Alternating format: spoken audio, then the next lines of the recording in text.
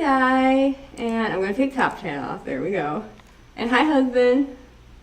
And Forensic DH, hi. I just need to get back to, there we go. Now I can see myself. Excellent. I'm only a couple minutes late this time because I can't read a clock. I thought I still had 5 minutes when I had 0 minutes. So, yeah. So I know Di has heard the thing about my hair. I didn't mean to get this short, but today it became blonde again. I asked for blonde middle of my shoulder blades and some longer bangs, and I got 0 of that 2 weeks ago. And I can't grow my hair back. This is not the middle of my shoulder blades. Can't grow that back, but today I got it blonde again, which is nice. And I'm glad they didn't do the bangs because that'd be even less hair. Thank you, Forensic DH. Oh, it's been not. It didn't look super great until today. It feels better now. And yeah, so I was gone. I was gonna take like a break one weekend, and then just to work on ever since like I've been working on the Amber Crumbs stuff, like, you know, last year. My OCD's just kind of like been crazy, and it was just evolving, and I just needed a break to work on that. So since like my OCD is like, it's more like it's not like Howie Mandel's, it's more like Jesse Eisenberg's, and so it's just like all about like I just get worried that bad things are gonna happen, and so I figured I wouldn't do YouTube stuff since I'm already worried that bad things are gonna happen. So I took a break from, and then big news happened the one weekend with the attempted Trump assassination, and so I didn't go live that weekend because of the news, and then I had my 20th reunion for my high school, and then I had parent stuff, and I can't believe it's been so long since I went live. It hasn't, like, this summer's flown by. So, I'm sorry I've been gone. I didn't realize how long it's been. But, yeah, so, first, I thought I'd start off with, I've already watched the ads, so you wouldn't have to, even though they're going to give you ads really quick.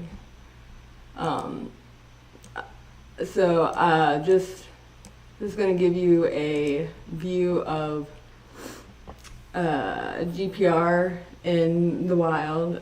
The Rex Heuermann case definitely had. I'm glad to be back. Hi, Dandy Lioness. So I thought I'd show you guys just a little clip of, like, you see like the excavator and stuff, but there's actually right here, they have a GPR unit sitting there. And I knew that they had done some GPR. I couldn't find the video of them doing it. I saw them doing it under a tree and stuff, so it might be in the area that they took the excavator to, but I know that they were using GPR in the backyard there, and so I just start off with that.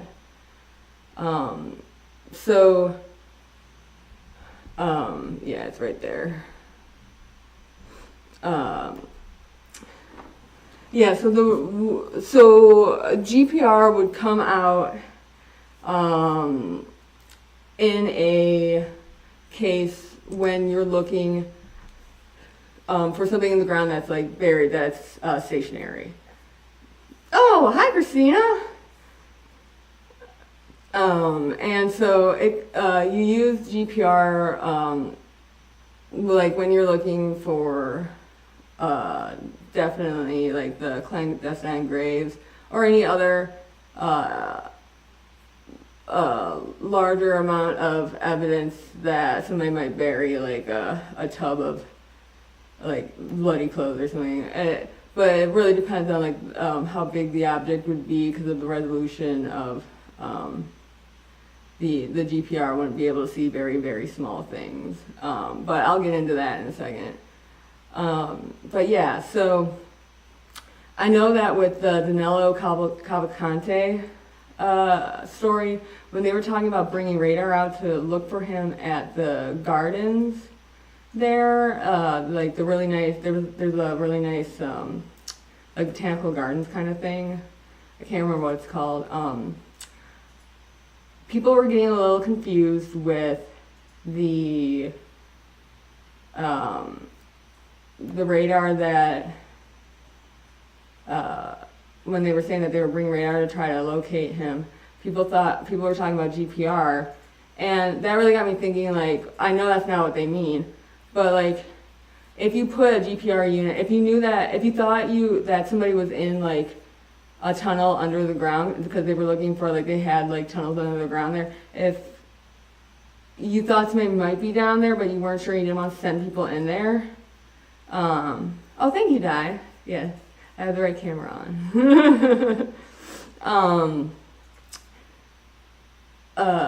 If you knew somebody was like in a tunnel, or you thought somebody was in a tunnel and you wanted to know if they were actually there, you could put a GPR unit stationary above a tunnel and wait to see if you see the image change, and that would indicate that like somebody could be like walking by.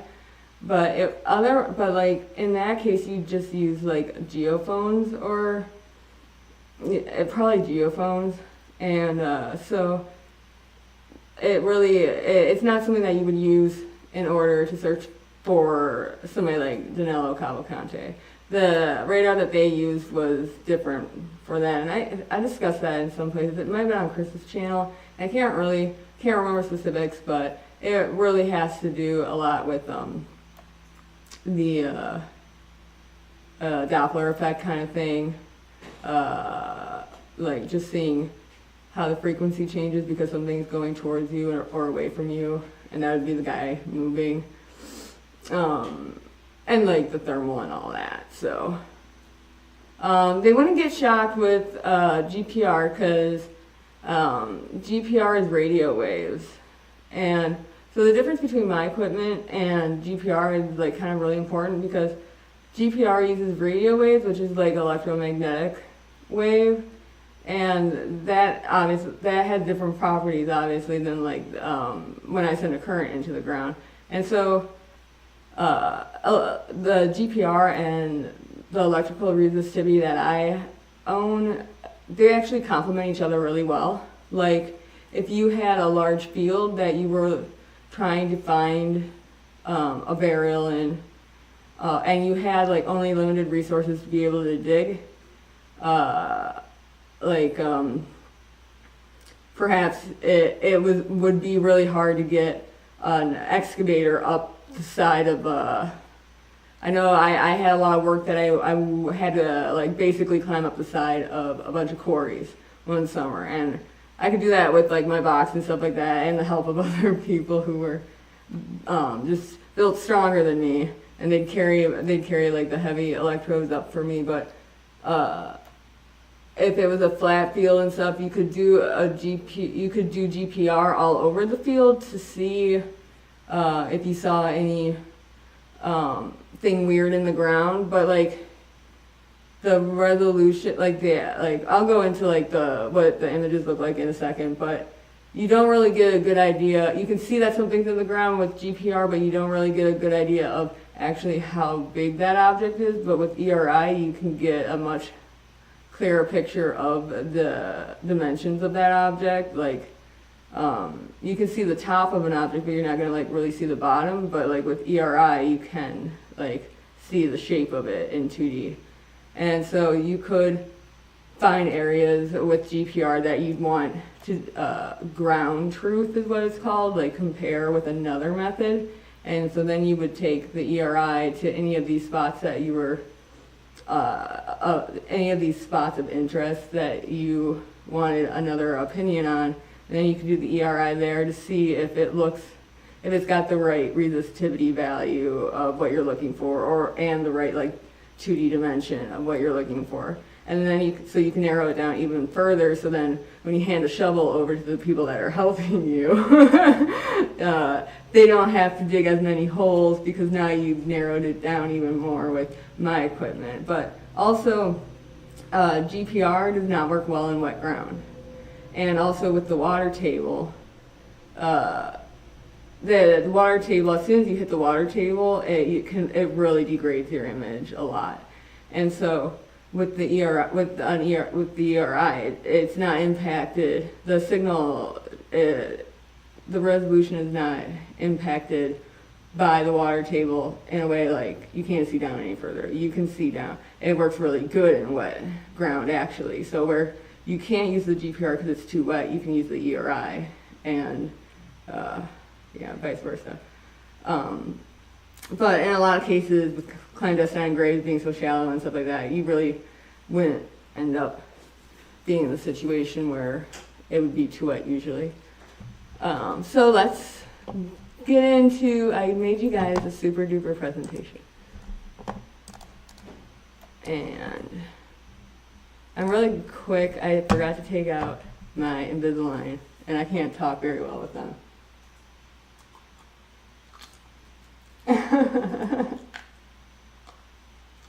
There we go.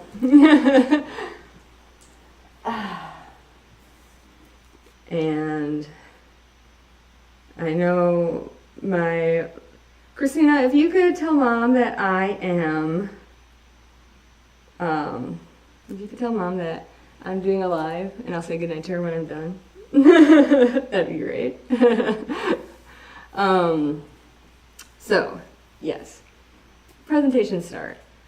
So I'm not really going to focus a lot on comparing it to ERI. Just know like they work really well together as a way to just build confidence in an area of the ground that you might consider digging at some point.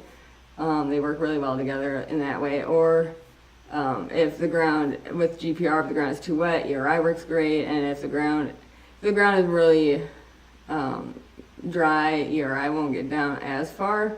But when it comes to like just the forensic stuff, the wet and dry ground thing doesn't really matter unless the water table impacts graves, because I did have the water table go through burials at a cemetery. Christina was there, and so it was really hard to tell if it was a burial or if it was just the image from the water table. But we'll go into that in a second. So, and let me know if you guys need me to make anything clearer, make me smaller, make me get out of the way, kick me out of the way. I'll put myself over this person. I'm sorry. I'm sorry, person. Okay. So, the thing to know about GPR is that it's really important to understand the type of antenna that you need for a specific survey. If you can tell here, I hope you guys can see this, okay?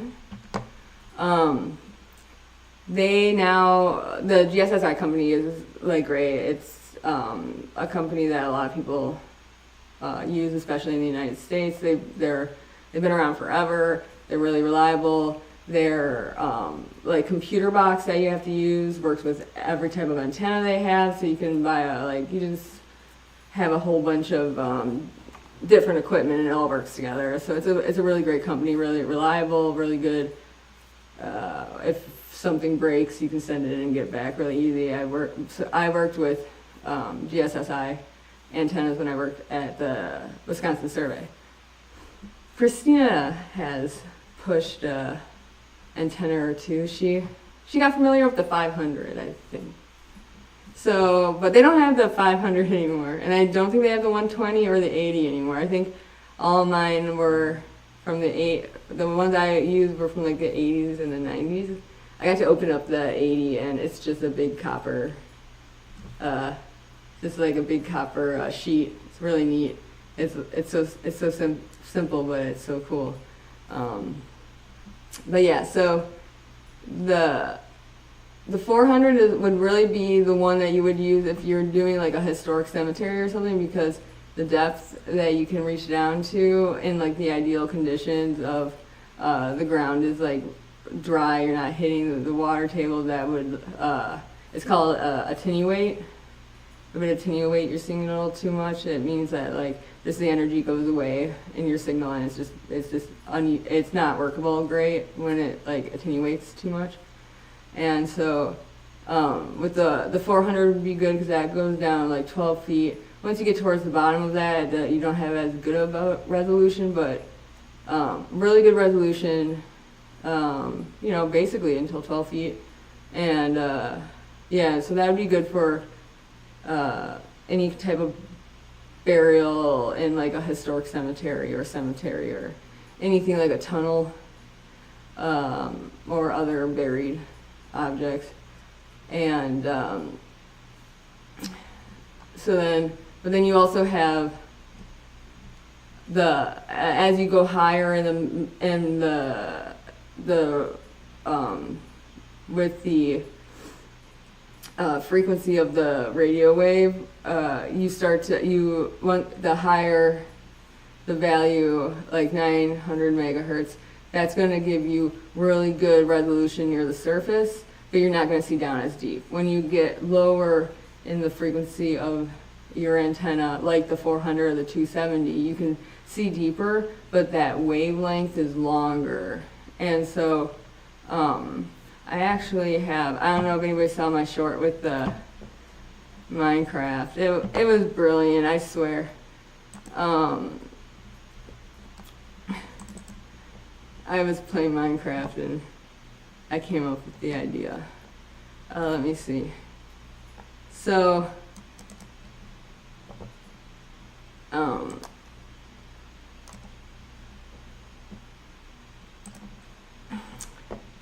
well, now I'm in the way here. Let's put it in front of the thing I'm talking about. There we go. So when I'm talking about like the 900 megahertz versus like the 400 megahertz, it's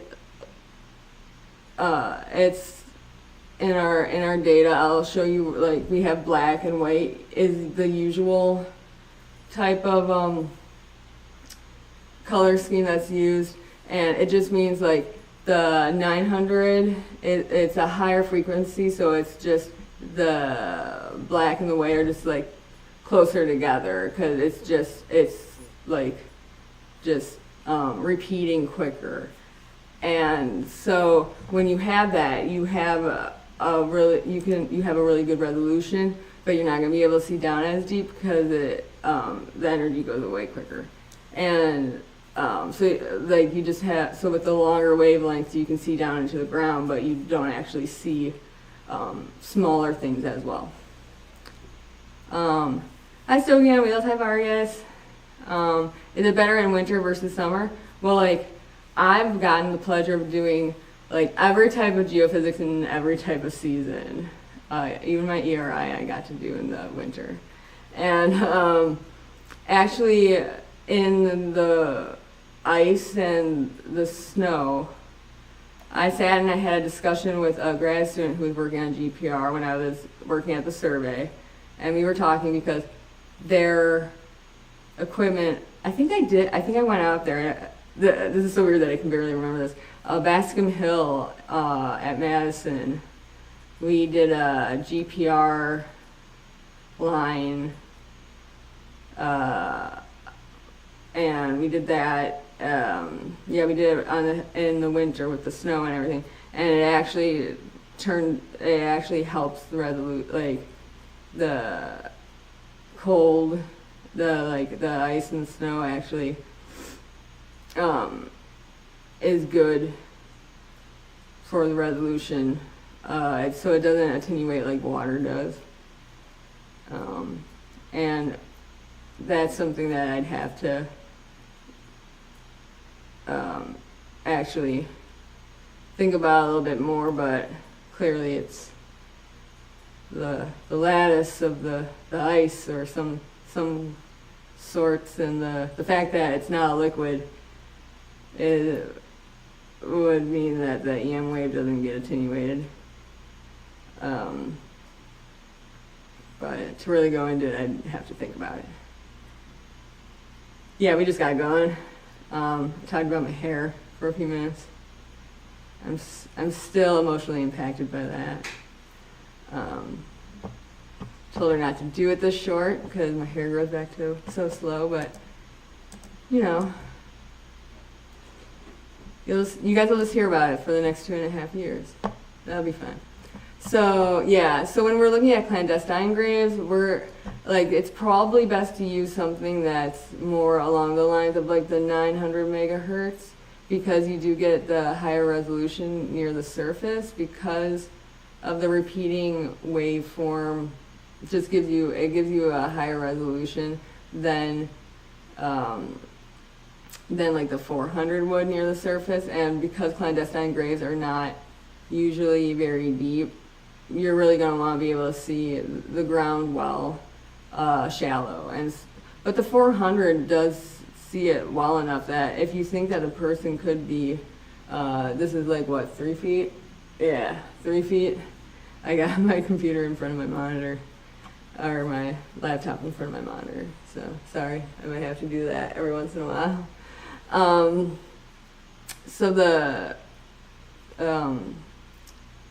If you think that they might be buried deeper than 3 feet, which would be quite a effort, you could use a 400, or the 400 works good anyway. So if you want just to make sure you don't miss anything, you could use the 400 for something like a clandestine grave. But it also works good for tunnels and other buried things, and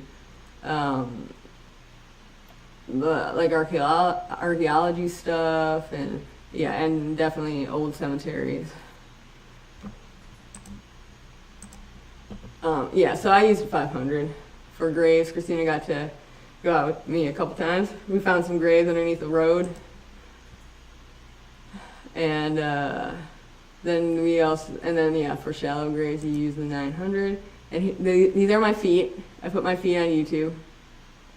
Those are my old, I still got those boots. So those are my feet. And I need to find, there we go. And that's the 80.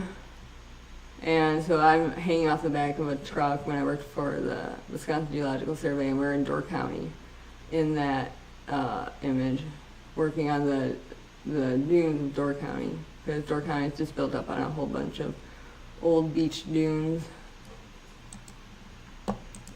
And then here's I just thought I'd show you guys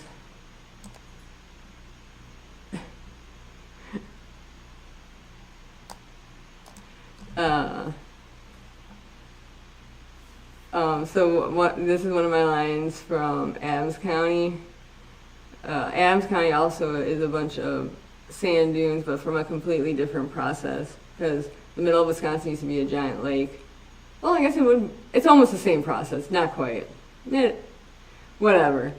A lot of sand dunes buried in the middle of Wisconsin, and they say that Wisconsin is a sandbox, but it's actually not just like a big pile of sand from the old lake. It's actually a bunch of sand dunes.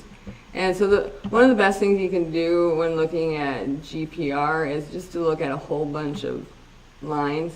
So this is pre-processed because I wanted to actually make the dunes really visible, and you can even see them all the way back here, and then you can see the top of the dunes along here, where you start to get like just the regular sediment after the dunes were created, and you have flat sediment being laid down over time. So if you saw like my short where I said that the ground's laid down flat layers over time, like in general when you're learning about stratigraphy, like when you're learning about the creation of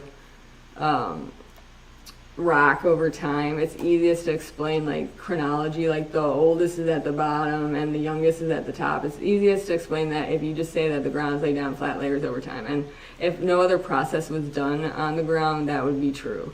But then you start to get into other processes, and like sand dunes or whatever, and that's when you gotta start to consider other processes too when your ground isn't laid down flat. But this is a good example, like of after the sand dunes were laid down, then a whole bunch of sediment was laid down flat on top of it. And so, yeah, one of the best things you can do is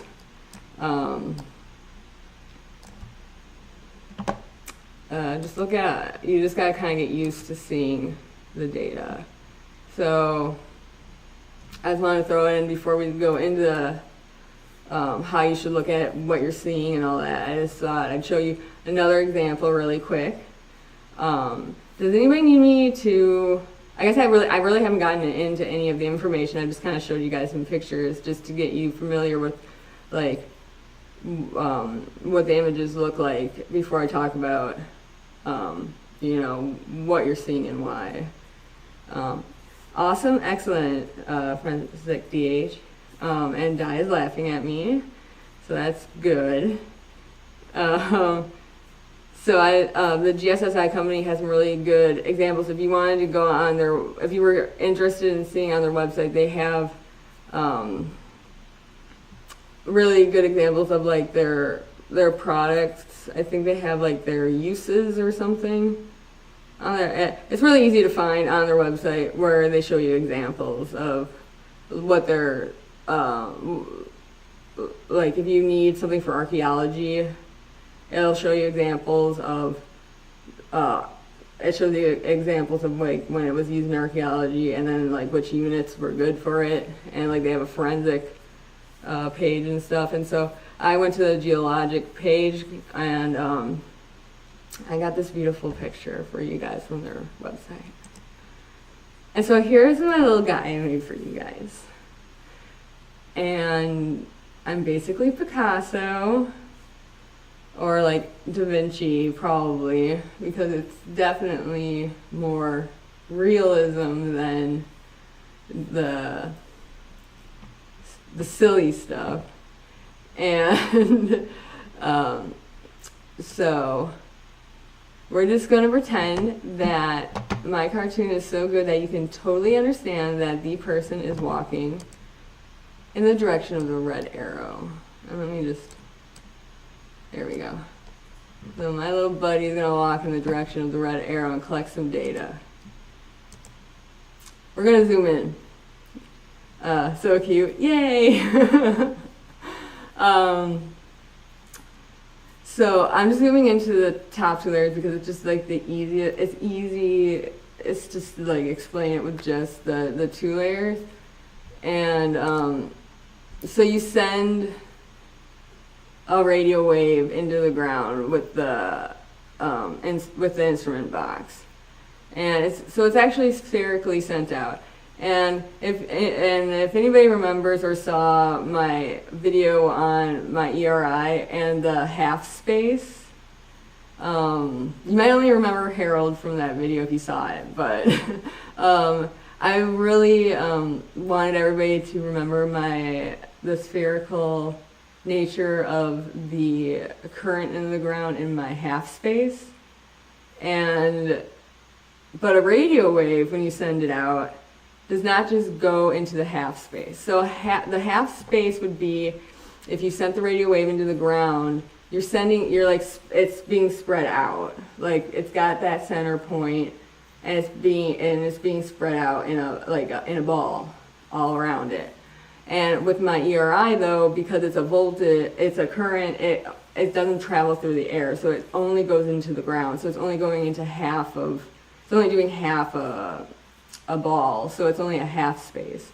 When it comes to the radio wave though, I mean, we get radio channels. They're terrible now. The kids are listening to just awful music. I can't believe it. Oh my God.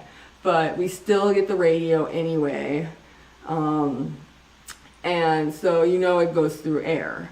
And so the radio wave that you're sending out from the GPR box actually does spread out as a ball even into the air. It goes through the person, it goes through my little buddy here. To explain how we're getting the data, I'm just gonna have only a couple arrows explaining where the radio wave is going, but do know it's like from that spot, it's going out in a ball, and it's like, you know, shooting towards me from my screen and away from me, and because it's a radio wave being spread out, sending out terrible music all across the land. And then once it hits something in the ground, though, it will bounce back to the instrument box, and the instrument will receive that radio wave back. And so when there's a change in the ground in any way, like the composition of the ground changes, like we went from dirt to sand, it sees that change in the ground, and some of that wave will bounce back then to the GPR unit. Some of it, though, will keep traveling through. That's why you don't just get one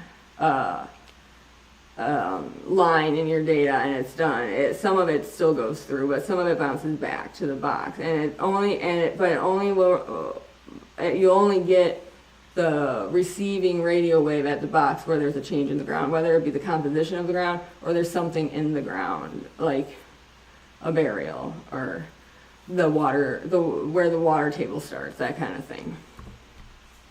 And so that's how that line is created, because there's the change in the ground there, and like I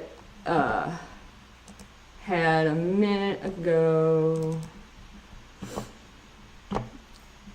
I did waveform analysis as my grad work at Madison, so I could talk for days about the waveforms we're actually seeing in the data. Like these black and white lines is what I did my work on.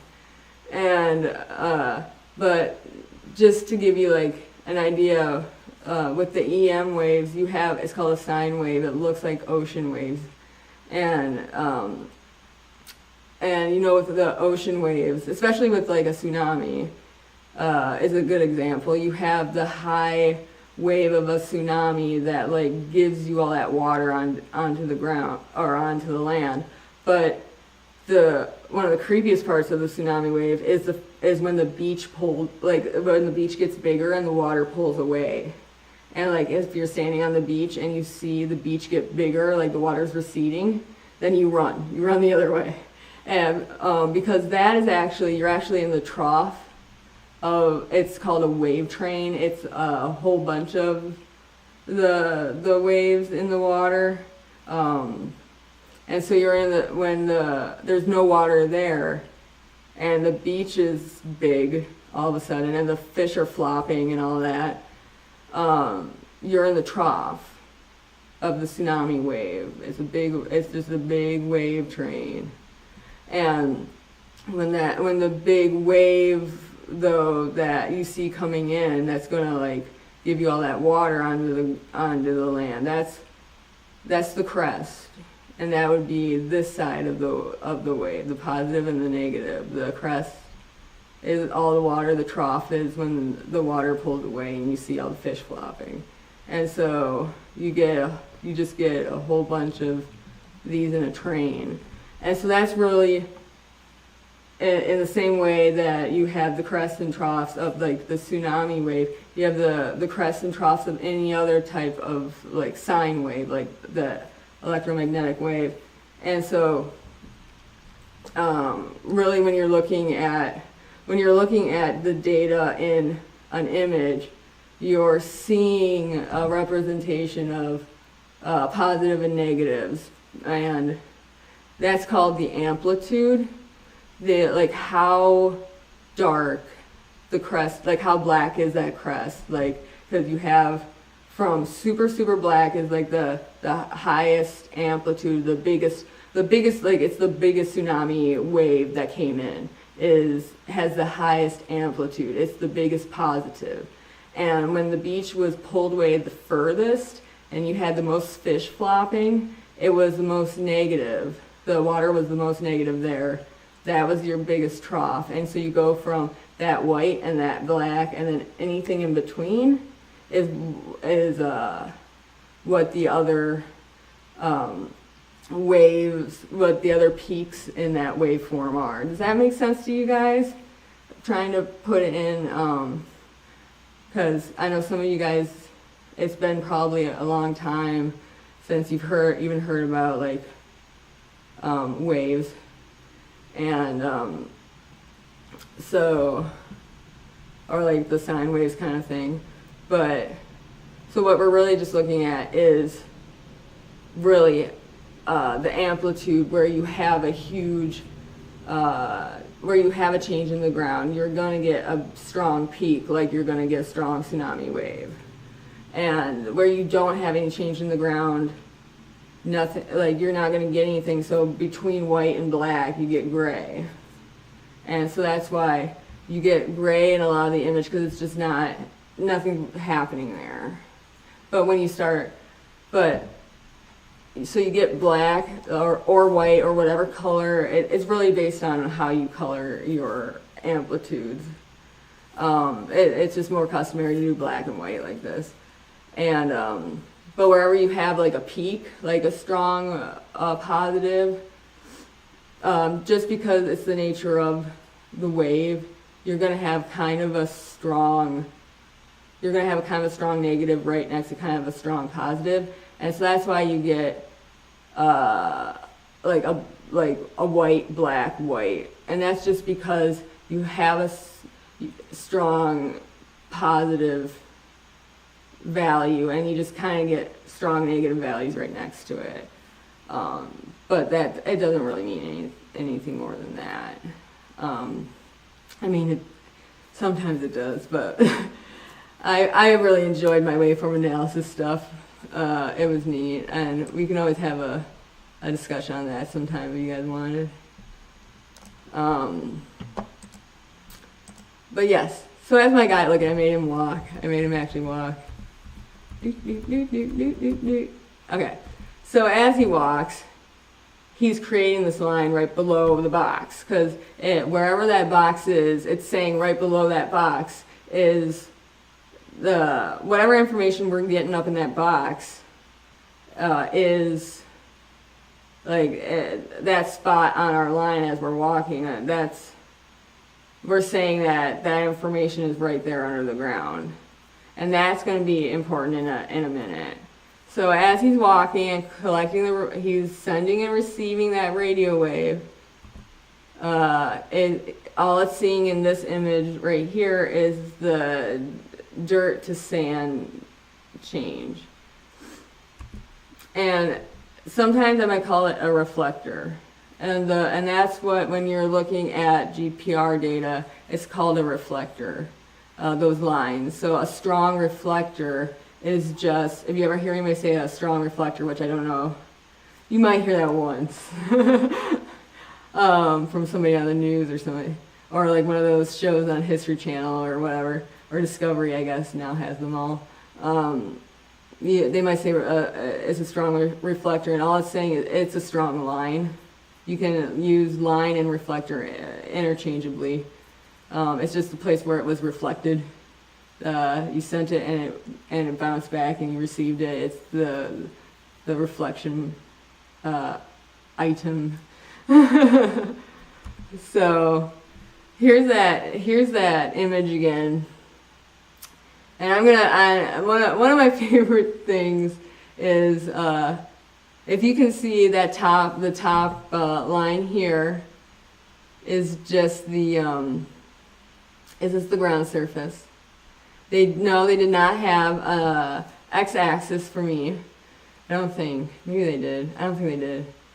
I don't think they had an x-axis. I can't tell you how big that is. I can't tell you how long they had to walk. And I think this is still all in time data, because like we're looking at the sending and receiving of this wave, and you can't tell the depth from that. You can just tell how long it took that wave to be sent and received. And so your data is initially in going to be initially in time, in nanoseconds or something, I think. And but if you guys want to take a second to pick out another strong reflector besides the top here, And I won't get in. There's something called multiples, and this really looks like a multiple, but it's not. And that could be there's all these things in GPR data that are real and aren't real, and I should do I'd have to go back and review some of those things, but it's kind of neat to see what you're looking at and to know what's real and what's not real in the line. But if you wanted to pick out the other like strong feature in the ground besides that surface, you got this one right here. And I've already talked to you about the super strong line you see in data sometimes. It's the water table. And I knew it was going to be the water table before I even saw what the page said. It's such a strong line. It shows up so clear. And if you have a strong water table at 4 feet, 6 feet, something like that in a cemetery, now you can see how that could be really problematic. What's the vertical line on the right? Oh, this thing? They probably marked it. It's probably where the survey line really ends, and then because you have to, when you do GPR, you have to walk at a constant pace. I did marching band, so I was pretty good at walking at a constant pace. Christina was really good at walking at a constant pace, and just because, but you can mark. I think these were put in though. Some of these are probably real marks. Like if you take meter tape or something and you like put it out, you can, as you're walking a line, click on the box every time you hit every time you go 5 meters or 10 meters or something, just so you know you've spaced yourself correctly in the image. If you don't think you can walk a constant rate. Then you don't, like, if you sped walked like the first 10 meters and then you like casually strolled the last 20 meters, it's not, your first part of the line is gonna look a lot shorter than your last part, and I don't know if that makes sense to you guys, but you gotta walk at a constant rate, and so you can mark in the data every 5 meters or so, just so you can like you can adjust your image so it's a constant 5 meters then if you didn't walk consistent. And so what this last thing is just probably that last mark where your line ended, and then the person kind of stops walking, but like the person with usually for me there was one person with the box that like actually looked at the data and clicked the marks, and then there was somebody who actually dragged the box. I guess now I've never gotten to use the thing that looks like a lawnmower, and so you can probably do it all yourself, where you try to walk a consistent thing and you mark every 5 meters, so then you know your image is adjusted properly, so you're seeing every 5 meters is the same amount in your image, and you can probably mark that all yourself, and then that last, and at the end of your survey line you hit that last like 5 meter, and then you stand around fumbling with the equipment trying to remember how to save the line so you don't accidentally not save the line. Now you gotta go back again because like you didn't hit the one button that is like silly to have to hit, but if you don't hit it, then you've just deleted all your data instead of actually saving it. Now we gotta go walk that again. So it's like just that last bit might just be that. It might just be the part of the line that isn't real. That's what I would think. I don't know why it would still be on here, but that's probably what it is. Is just so everything on the right of that long line is probably not. It's either beyond, or like you kind of gotta drag it. You kind of, I say drag because I never got to use the little lawnmower. You can't just end right at it. You kind of got to walk it a little bit further just so you know you got that last point well. So it's probably just a little bit beyond where they wanted to end the survey for one reason or another. And so everything to the left of that line is the stuff they're interested in, and everything to the right of that dark line is just that little extra at the end that you can ignore, is what I think it is. I don't know, it could be something really important. It's a fault line, I don't know. No, it's not.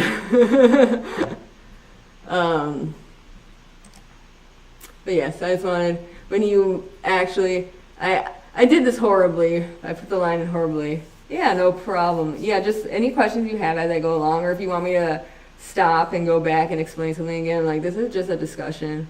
I haven't gotten to explain this stuff for a while, so you know, you could just have a nice chill talk about this, and so just ask away anything or tell me to talk slower or whatever.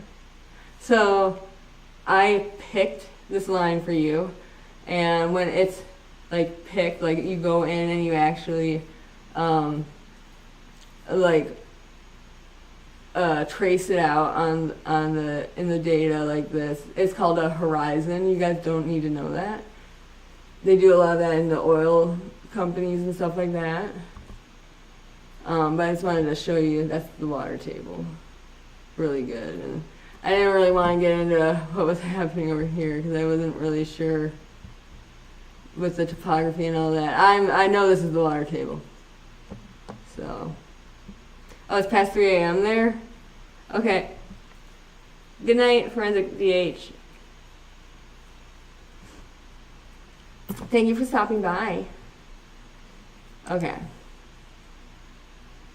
So, now we'll get in to, oh yes, good morning instead of good night. So now we'll get in to things that will make me have to think about. I'm going to be nice. I'm going to be nice because I don't know the situation behind all this data. It's not what I would have shown to people. But it's really hard to find good GPR data because a lot of times it's not saved or they don't process it at all. And, oops, my mom probably sent me a text. My mom's going to sleep too. She's with Forensic DA. She's going to go to sleep. Only like she's going to sleep early. Yes. Okay. I just have to say goodnight to my mother so she knows I'm lying. And there we go.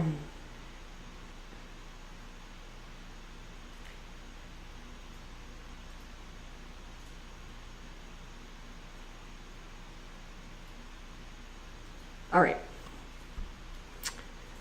I was going to do that when I thought I had 5 minutes left earlier. I really thought I was going to be on time.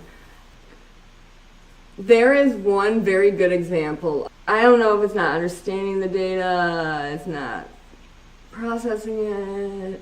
I don't know what happened. I can't watch the show Skinwalker Ranch. I can't anymore, unfortunately, because they showed GPR data and they showed a hyperbola, which is what you're seeing in front of you, and they said it was a spaceship that was buried in the ground. And I wasn't drinking liquids and spit them. I think it was solid food that I spit out.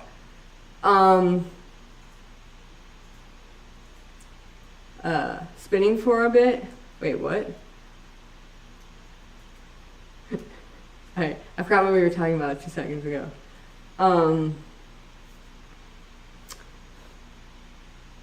So I can't watch that. I can't watch that show because of what he said about the hyperbolas. And here are the hyperbolas. And this isn't. Oh, it's buffering. The video or everything. Are we okay now?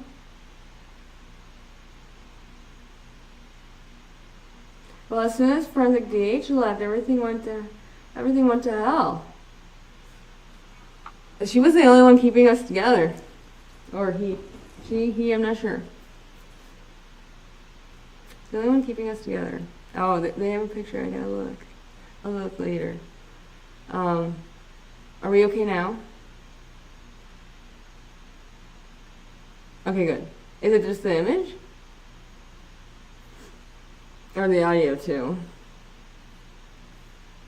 Was it because I was talking bad about Skinwalker Ranch and how ridiculous? Maybe that was a buried spaceship. Maybe it wasn't like an artifact of the GPR data. Maybe it was a spaceship, and the government. Wait, the government wouldn't want people to know it's a spaceship. It's not a spaceship. All right. Yeah, my text said my mom broke my phone. Is it okay? Or broke the internet? Maybe it did. Maybe the phone waves got too close. But what? So there's let me know if it keeps doing that though. So there is a thing, and it comes to be very important, especially when you're looking at burials, and it's called a hyperbola. And it is also called a artifact of the collection process. Another way to say it is when you collect GPR data and you look at an object in the ground, it's gonna look funny. You should do some corrections, and it's not just that the correction you do, it just clears it up. It also, you can get good information about the ground, like the character of the ground, the composition of the ground. You can get, and the radio wave in air is travels differently than a radio wave through the ground, and it's all good now. So maybe it was just my mother. Anyway, so you can also get good information about the velocity of the radio wave in the ground, which allows you to be able to tell the depth to objects in the ground better. And you really don't need to know that. And so if that is all a little confusing right now, it's not important unless you're actually processing the data. What's important to know when you're looking for burials, when you're looking for objects in the ground, when you're looking for tunnels, anything like that, the thing you need to know is when you see something like what the arrows are pointing at, that is, at that moment when you collect it and it looks like that, that is not what the object looks like. It looks like that because of you walking over the object, and we'll go through that right now. So it is great though if you're looking for like a burial or something, it pops out pretty clear, but also you get, if you don't correct these a little bit, like, and it gives you so much information, like the computer programs you use, you can trace these and it'll adjust them, but it doesn't just adjust these then, it'll just adjust all of the, like you got a whole bunch of these like little humps. Those aren't actually humps in the ground. Like those can be corrected to better represent what the ground looks like. And so I just got this from Wikipedia. Oh, I'm over the thing. Boop. So I just got this from Wikipedia. It's also, it was nice though, so the arrows indicate burials, and we'll go through that. I just thought it was, well, they say diffractors, but it indicates the presence of something in the ground. And they also have, they've also shown you where there's a consistent soil line, and I assume that this is the same soil because it's got basically the same amplitude, and it's basically in the same spot as over here, as over there. They've outlined, you got another reflection there. I'm not going to be rude. It's got a lot of gain on it, and it hasn't been corrected.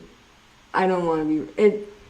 They did it because it needed to be done in order to find stuff at a historic cemetery, and for that, they've done a good job finding stuff at a historic cemetery, so they did a good thing. And maybe they had a whole bunch to do, and it's so time consuming to process. Like, if you can see that there's something in the ground there, there's no reason to process it if you can see it, right? Okay. And I think this is from the same person. This one I'm not. I have a hard time being nice about this. But they do have the depth in meters, position in meters, that's good. Okay, so the GPR depth section profile showing a single line of data. So they walked over the ground and got this. And it shows from the historic crypt shown above. And then they say the domed roof of the crypt can be seen between 1 and 2.5 meters below the surface.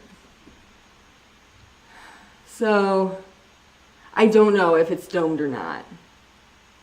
If they're saying it's domed because of the hyperbola,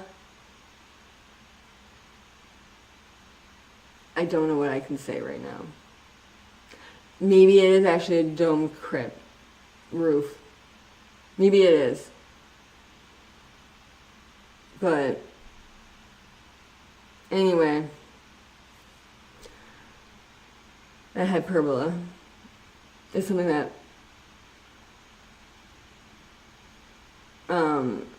it's not a secret when you learn GPR stuff.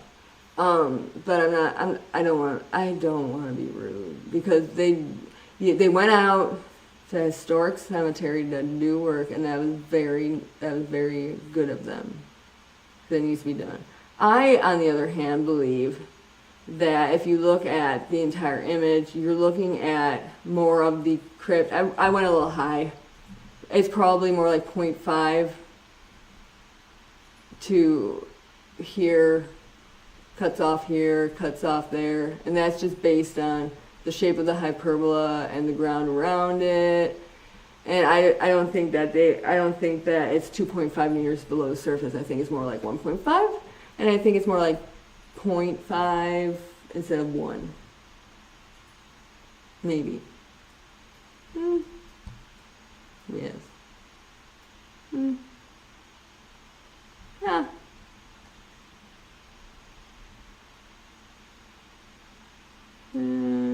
Yeah, maybe 1. Yeah, I mean, I'll give them 1, but 1 to 1.5. Anyway, the hyperbola. Oh, I move. That's right, I've been moving myself around. Yes, I will show you the crypt again. Thank you, Dad. Yes, here's the crypt. Did you guys see the other thing? Was I in the way for this too? I wasn't in the way for this. I moved this to show you the Wikipedia thing. That's right. So here's that domed crypt. I don't know if it's a domed roof, because this looks like the hyperbola I'm going to explain to you in a second. And this is very important for buried objects, is the hyperbola. I need everybody that views this to know that the hyperbola is very helpful when looking for buried things. But it's very important that you know that that's not real. So I'm saying probably between 0.5. I got a little shallow there. It's probably between 0.5 and 1.5 is the top of that crypt. And then that's interesting though, like this thing right here. Yeah. Anyway, I don't know if it's a domed roof. But I'll show you why I would question that, but I don't know. It's not my data. So it could very well be, and they could be, if they saw me talking about it, they'd be like, it is domed, and then they'd write me a sternly worded email, and I'd apologize. It's not my data. But the hyperbola, it does get people. And I want you guys in on this. Don't be fooled. Okay, so here's the important thing about a buried object. So we talked about just the changes in the ground, the contact between the dirt and the sand. If it's all level like that, if it's all the horizontal flat layering like that, you're just going to get a really strong, nice reflector, really similar to what that line that represented the water table looked like. But when you have an object in the ground, like this here circle, I'm going to get myself out of the way before I forget. Thank you, Dad, for reminding me. I'm going to make myself tiny. Okay. When you have an object in the ground, you're sending out like that radio wave all around. Remember, it's going up into the air, sending out your Justin Bieber everywhere. It's radio wave. I was never a fan of Justin Bieber. And so it's not gonna send you a signal where there isn't a change in the ground. Whoopsies.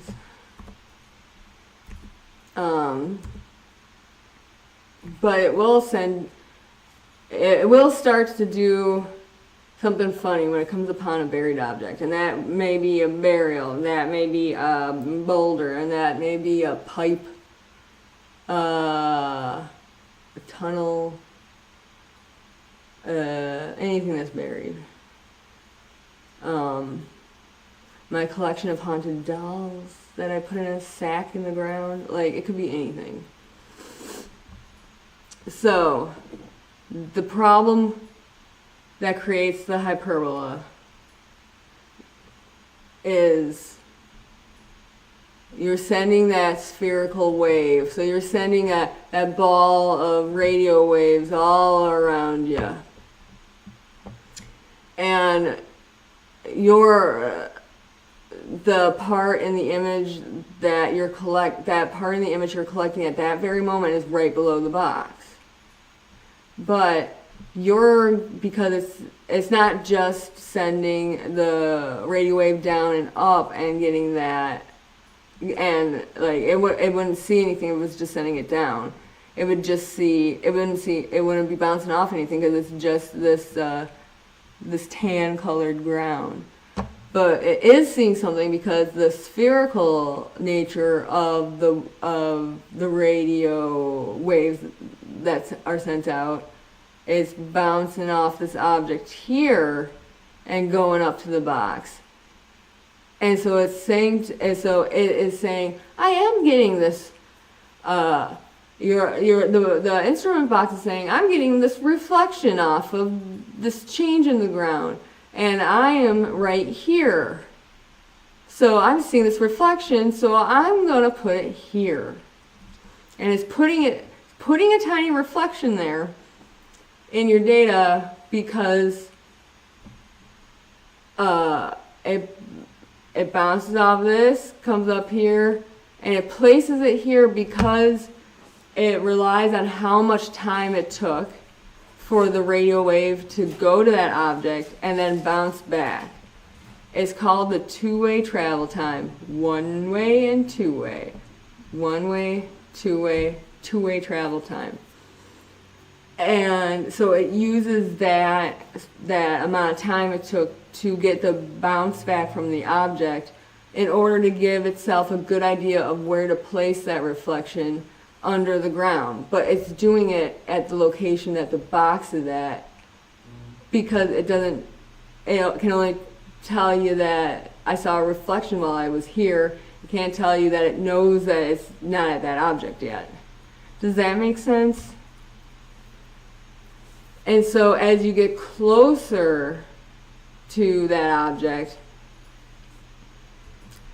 you still would be sending the radio wave down and it wouldn't be bouncing back off of anything because you haven't gotten to the object yet at the actual spot along the survey line. But because you're sending a radio wave out that's going everywhere, you are still getting a bounce back off of that object. But because you're closer to the object than you were initially, you're like coming up onto that object, you're closer to it. it's taking less time to get that two-way travel time we talked about, the sending there and back. It's quicker now because you're closer to that object. So it's saying, oh, I'm seeing this bounce back of the radio wave, and I'm seeing it quicker. That means that means it's shallower, because it would be quicker for the for a reflection off of an object in the ground. It'd be quicker if you went down and up here than down and up here. It would take longer to travel for that wave to travel here. It takes shorter for it to travel here. And so the box is saying, because you're getting closer to that object, you're seeing that bounce back. You're seeing the bounce back quicker, so it must be closer to the box. And the box can only tell you that this is what I'm seeing when I'm at this spot along the survey line, because it does not know you're not at that object yet. And look, you finally made it to the frickin' object. And so you're getting, that's the shallowest part of the hyperbola that we're making. It's the shallowest part because it's the closest time you have the GPR box to that object in the ground, so it's sending and receiving that radio wave. It's the shallowest, it's the closest it's going to be to the object, so it's saying, hey, it's like really fast to send that wave and receive it. So it places that reflection in your data at the spot where the box is and at a shallower position, like where the actual object is. And then as you travel away from it, same as when you were traveling towards it, you're not over the object anymore. So you really you shouldn't be getting a reflection back, but because you're near an object, it's still sending and receiving that reflection off that object. So, but now you're further from that object than when you were right over it. So it says, oh, it's taking a little bit of time to get that sending and receiving signal. So it's like it must be deeper than that last one. So it puts it there. And then again, you're even further from the object, you're not over it anymore, so it's not representing the actual object, but it's still sending and receiving a bounce back from that object. But it's taking even longer now than it took back here. It's taking even longer now because you're further from the object to send and receive that. And so it's saying, oh, that must be a deep thing I'm looking at here. Even though you're not, it's actually coming from over here. And that's how you get the hyperbola image in your data. It actually does not represent, it looks like an eyeball. It doesn't actually represent a dome. It doesn't represent a buried UFO. Come on, Skinwalker Ranch, for gee whiz. It could be a buried UFO, whatever, I don't know, maybe it is.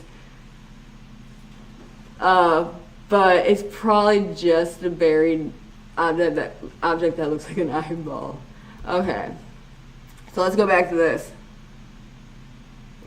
I mean, if you don't got the time to take your data, process it, there's a lot of information that I won't go into that you can get from the shape of the hyperbolas, and you can really clean up your data really well, see other features in the ground really well. But if you don't need to do that, if you just need to find these burials and like you got a huge cemetery to do and you just got to do it, like the hyperbola, like I said before, as they're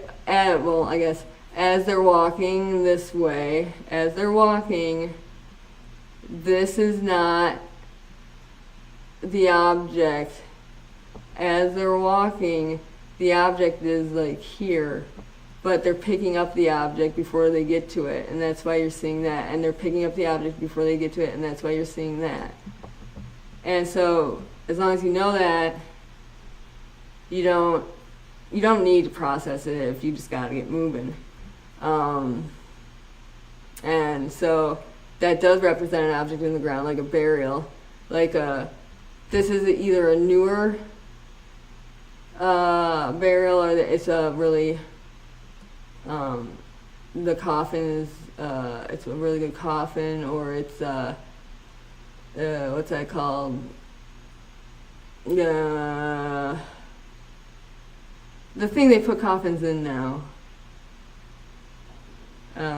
The little tombs in the ground. What do we call those? I know this word. I've had to say this word every summer a million times. Whatever. The thing you put the stuff in that has the guy inside. Anyway, if it's really, yeah, if you've really packed that guy in there well, that's what it'll look like. If it's like an older thing, it's not going to show up as well. If it's just like a wood coffin, not going to show up as well. This one's done pretty good. So did you understand that? All 4 of my viewers, which 2 of them are us. So Di, did you understand that? Vault, that's the word I'm looking for. Thank you. Vaults were actually introduced in the United States in my area. Like the cemetery I work at every summer is probably one of the first cemeteries that actually had vaults in the United States. And they are a very new thing. Like they really didn't get going until like the 1950s or something. I didn't even know that. So, anyway, this is a decent one. Whoops! Wait, we'll go back. Okay, so this is nice. This had people process this, and I don't wanna be rude because I don't know what the data of the other stuff looks like. And I don't know the situation. You don't have to process everything. If you can just get the yes to it, you understood? Yay! Or yes, you're celebrating that we are the first area to have vaults. Or 1950s, yes. That was a great year for introduction of vaults. Anyway, so this is good process data. So that is good data that you don't need to process all the time if you just need to know where something is. This is well done, and I'll talk a little bit more about that in a second. I also have, I didn't even think about this. I have huge reports that I write for the cemetery I work for, and it's just got pages of what you see in the ground in the cemetery. And what I see in my data, what it represents, or what could be impacting my data. So when I do the ERI and explain grave stuff, that will definitely be something I want to share with you guys, like why you're seeing what you're seeing in the data too, because like what it represents. And a lot of my descriptions in my ERI reports are probably good for the GPR. Anyway, some important things to know. Oh, hi, Dom. So sometimes a buried body can't be seen well with GPR data. There's no coffin, and it's just like a person, and so the resolution of the data, you're just not going to be able to actually see the person. And then, or if it's an old coffin or a wooden coffin, over time, the deterioration of that, not just like the wetness and all that of the coffin, and just like, how good the wood was or whatever, like how thick or whatever, but also the fact that coffins cave in and stuff.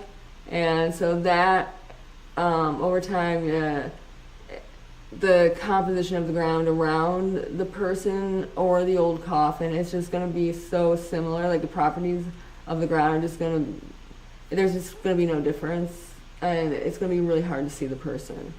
Another thing to keep in mind though, when you're looking at graves and clandestine graves are really shallow, because it's just It was humid today. I saw that and I had a comment right away. Oh my gosh, it was steamy. So, when I went to get my hair fixed after they destroyed it, I went to get my hair fixed this morning. The first thing I said when I got outside was, "It's steamy." Like, it was bleh. Anyway, so, clandestine graves are usually shallower than proper burials, because you probably ain't got time to dig very deep if, like, you're dealing with, you know, if you're creating a clandestine grave, there's probably a lot of panic, and panic does not result in super duper deep holes, but also very old proper burials are shallow too, but they're not gonna be as shallow as clandestine graves usually. The 6 foot thing was not until very recent. I can't remember how. The historic cemetery I work in, it's not uncommon to start to see things that are 4 feet. And also, it's not just because the 6 foot rule didn't really exist until very recently. It's not just that, but also,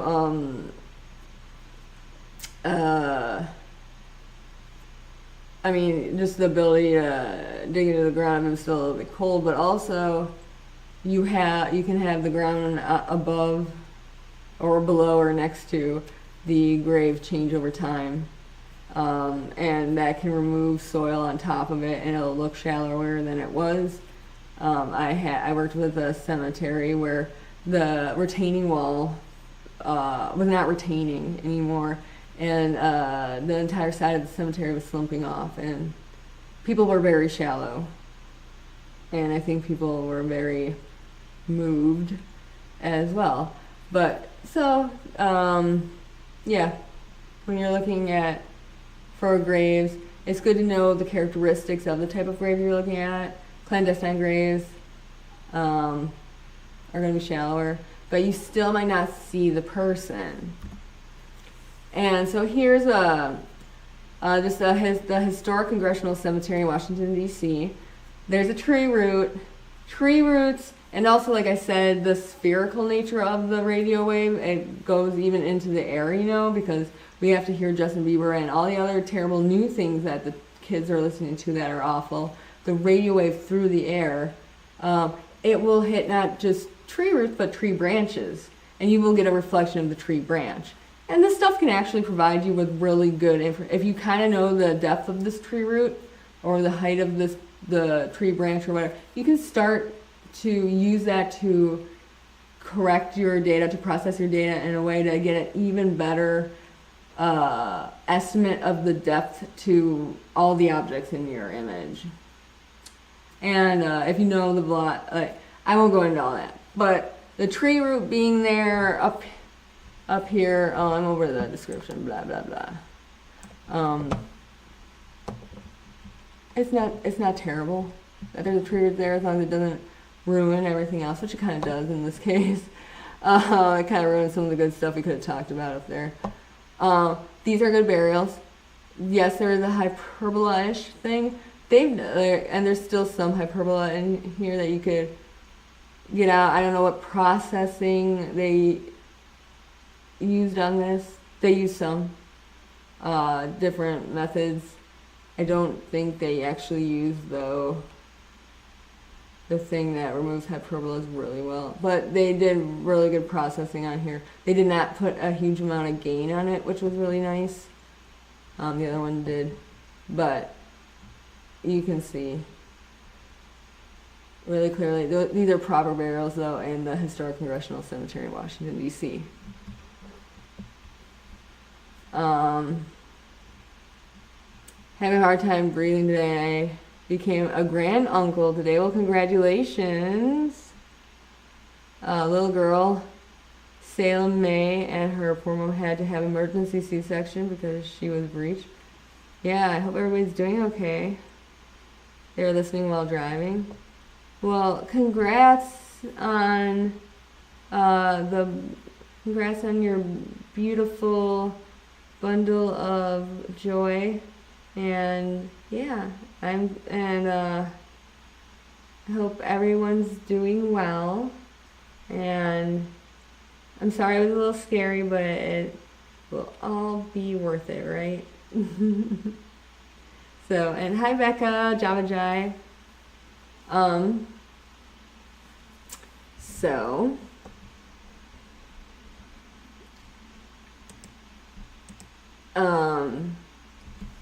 so when you don't get, if you can't get the strong reflection from the actual burial here, since this was, well, this is a very good looking cemetery section, I thought this would be a good place to explain the other things people look for in the data. So when you're like at Rex Heuermann's backyard, you're probably not going to see the actual person, the actual burial under the ground.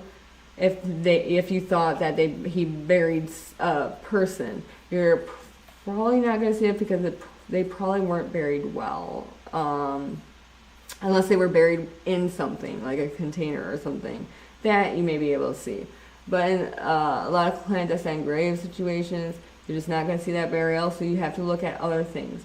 In my ERI data, unless there's a vault or I don't really see a lot of the actual burials. I rely on the fill above it. And so that's kind of what you start to look at in the GPR data. You would look not for an object in the ground, like in Rex Heuermann's backyard, you're not going to look for an object necessarily in the ground. What you're going to look for is the disturbed ground itself. And so one thing you look for is like that, are those two buried on top of each other? No, probably not. Hope not. It's probably because there's still the hyperbola there.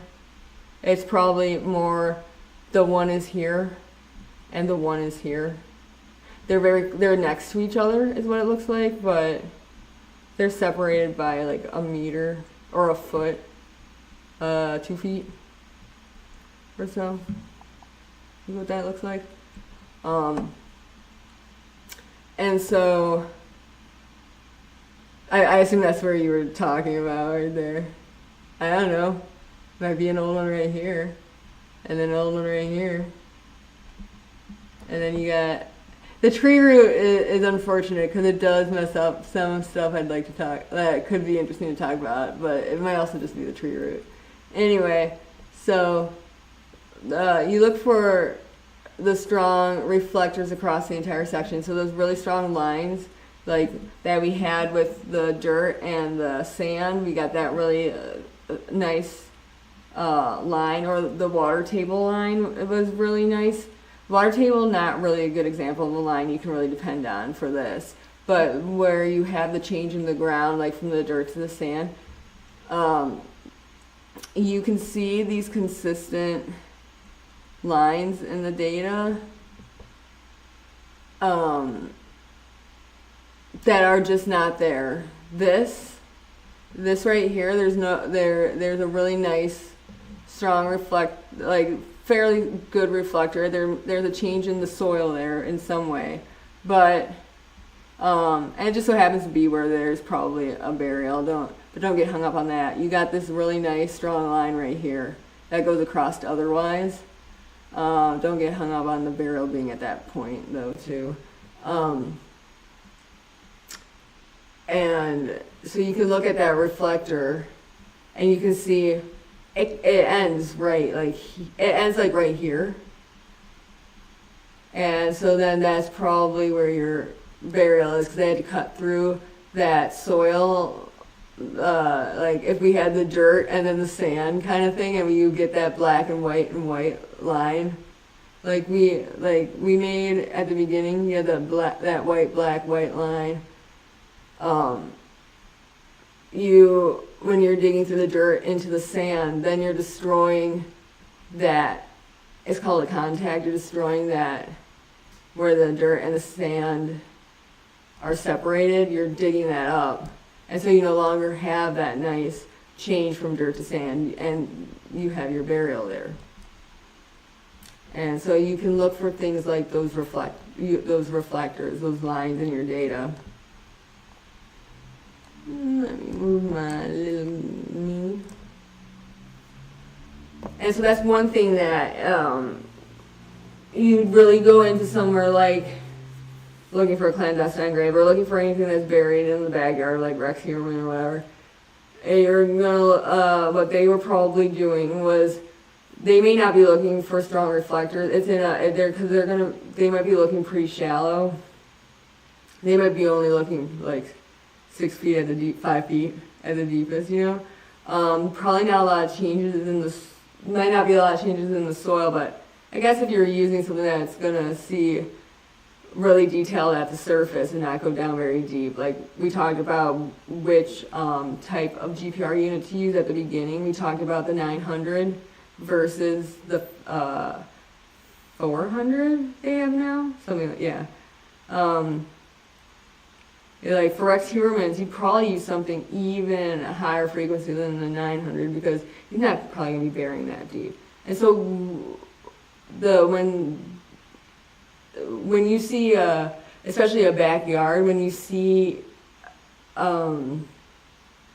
especially in a neighborhood where you don't got a lot of time to dig, when you see on the news that they're using GPR, what they're probably actually looking for in the data, oh yeah, there's the reflector right there. So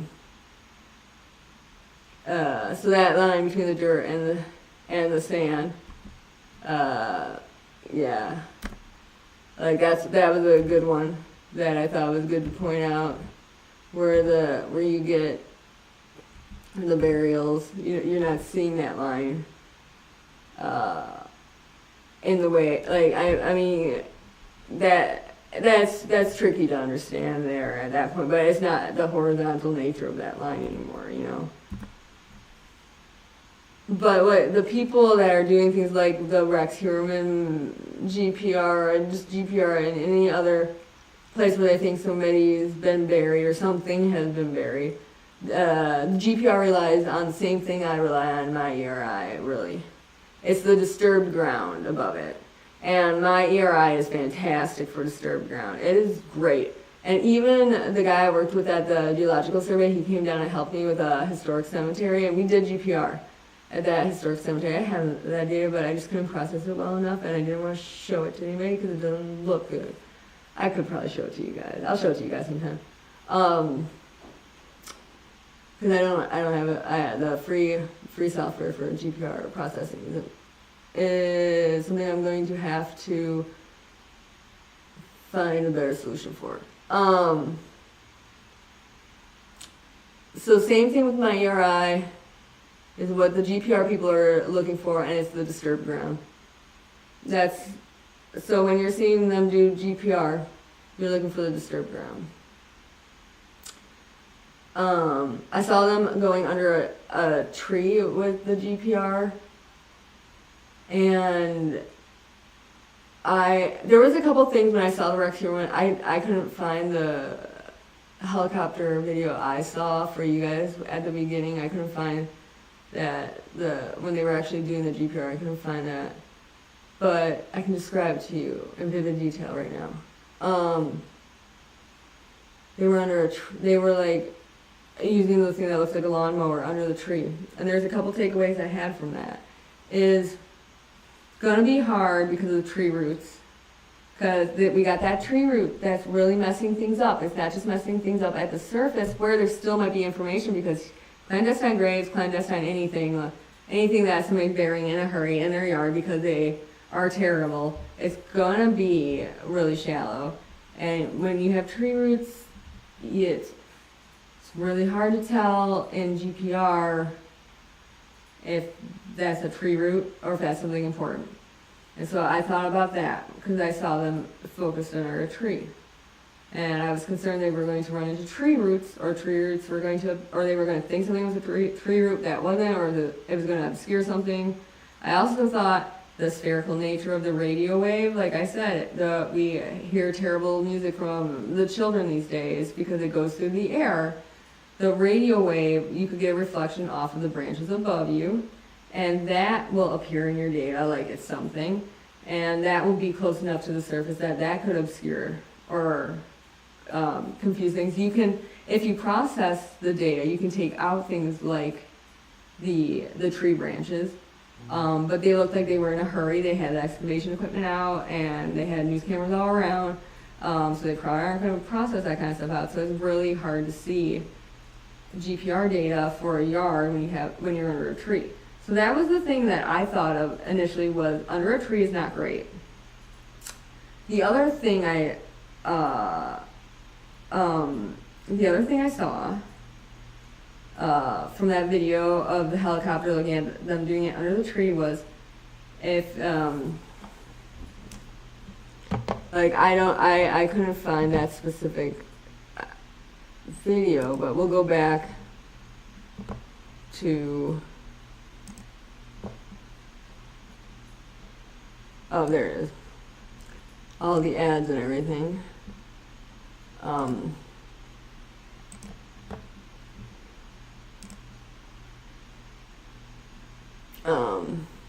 I think it was that tree. I don't know. Yeah, so there's the GPR unit. I actually think they had, oh, that's a drone video. I saw it from a helicopter, I think.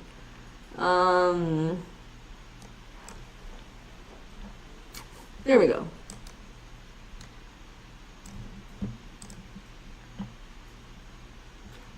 The findings are recorded on a tablet after being photographed. Anyway, right behind them is that looks like a GPR. That looks like a yellow thing with the cart that they wheelie around, and there's the box that the screen that you can see what you're looking at and mark things down and all that, and there's the antenna, and there's the cart that you can wheel around because now we're in the 21st century. That's a pretty big looking antenna, but I don't know, because I use the GSSI company, and that is yellow and not orange. So that is a different company. And so I don't know what antenna they were using, but it's probably similar to the 900, maybe. Probably closer to the 400. Probably closer to the 400. 500? 600? Something. That looks like it's meant to go a little bit deeper than super shallow. So we're looking at more like, that antenna is probably meant to go about 9 feet deep at the highest resolution, is what I'm guessing from the size of it. I could be completely wrong. So that's also something that I looked at. If you have a decent sized antenna that you're wheeling around on a cart, you're probably looking for things that are not super shallow. And so I don't know if they thought he dug stuff deep, or if they just brought a GPR that could go a little bit deeper just in case. Like, do they know that they need to go deeper? Do they just don't want to miss anything? Or like, but then they start talking in this about let me go over here really quick. Oh no, how do I get out of here? Let's get out of here. There's a lot of pictures, I'll give them that. Well, they went into his basement, which is really interesting. I wonder what kind of floor they have in that basement. Does anybody know what kind of floor he has in his basement?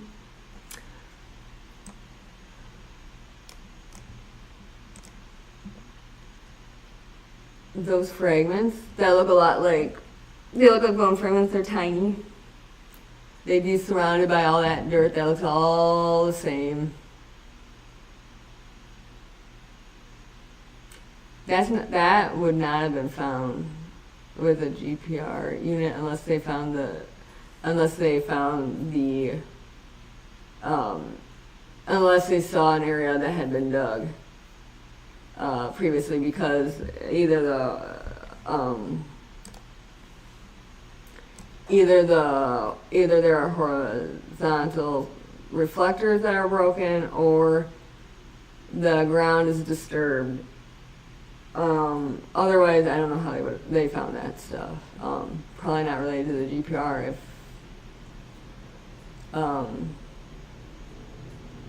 because they wouldn't have seen that with the GPR. It's too small.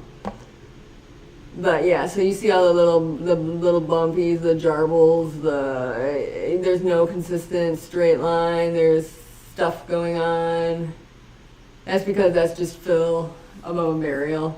When you have the calm looking grays, the little bit of the flat lines, that means that hasn't, the calm gray with the flat lines, that hasn't been dug into. The blah blah blah blah, that's been dug into. And so that's the disturbed ground. My URI shows disturbed ground really well. Probably concrete in basement. There are concrete, there's a lot of concrete, the antennas that are meant to see through concrete. They are even higher the antennas are even higher in frequency, above, like, we talked about the 400 seeing deeper, then the 900 saw shallower, but it saw smaller things. Then you start to get in like the 1,000 somethings, and they start to look like little Tonka toys, like little trucks that kids play with. Let me just really quick go to the GSSI company for you guys, and I'll show you. Whoops, no, stop moving. Okay.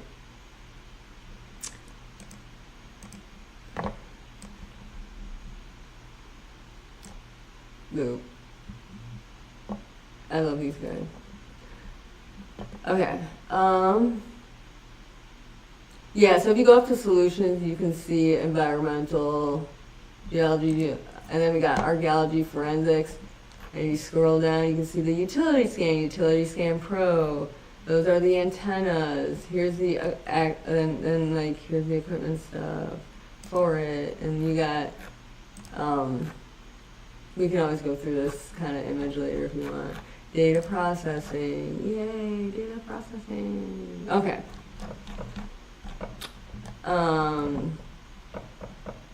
Products.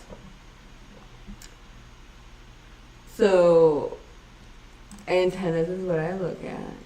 And, oopsie, get out of my way, me. The 216 megahertz is for like really deep stuff like bedrock, like depth of bedrock and stuff, and that would be like safety of mining safety, and it'd be like salt dome stuff. I did a talk I had to do a lunchtime, I did a lunchtime lecture at a conference because some guy didn't show up because he got stuck on a plane in, like, Brussels had I think it was Brussels had was there a terrorist attack at an airport or something? There was something was going on in Brussels, and airplanes were shut down from Europe, and he couldn't get back and do this talk. So I had to do it, and it would have been really cool to hear his talk because he used a very low frequency megahertz antenna to be able to see super, super, super, super deep into the ground, and he could see where there was water in Africa. And they put these really deep wells in because he found these aquifers in Africa because he used such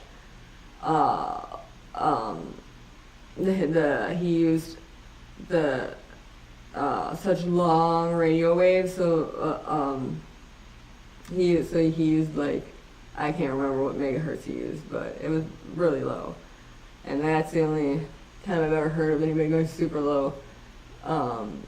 But then you get, yeah, and so really the 900, 270 is where you're looking for forensics for graves, things like that. But you're also using things up in like the 1600 and 2600 for things like stuff under concrete, like pipes, utilities. people buried under concrete.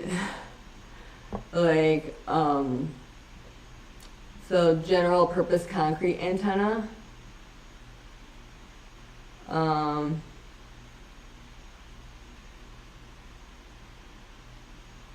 That seems like really high though.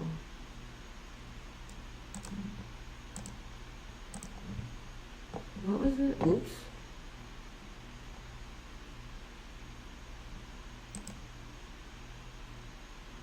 That's a real big jump from 900 up to 1600. I'd say 12. 12 fish, 1250. For underneath if somebody's put under a concrete floor or a patio or something. It does look like a toy. Okay.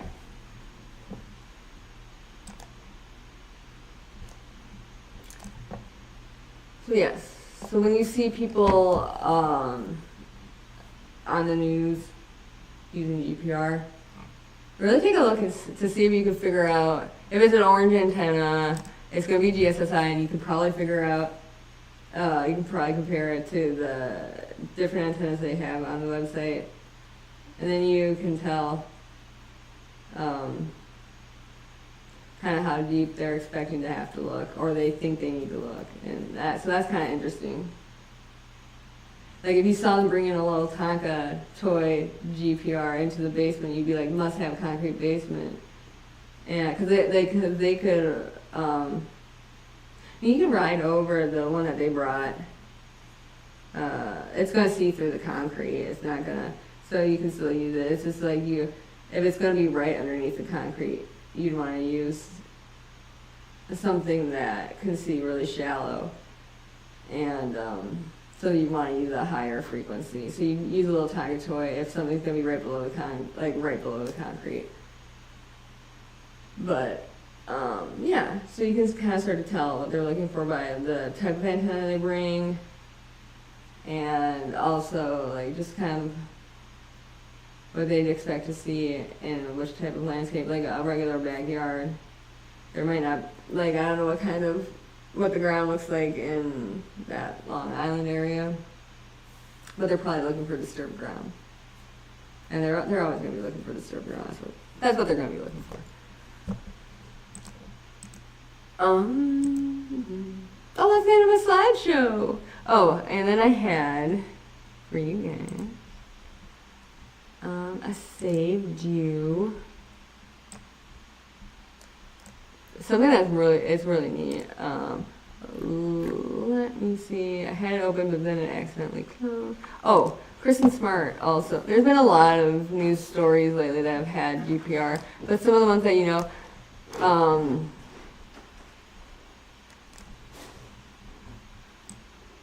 like the Kristen Smart, they brought ground penetrating radar was brought to the Ruben Flores residence in the 700 block of Whitecourt in Arroyo Grande.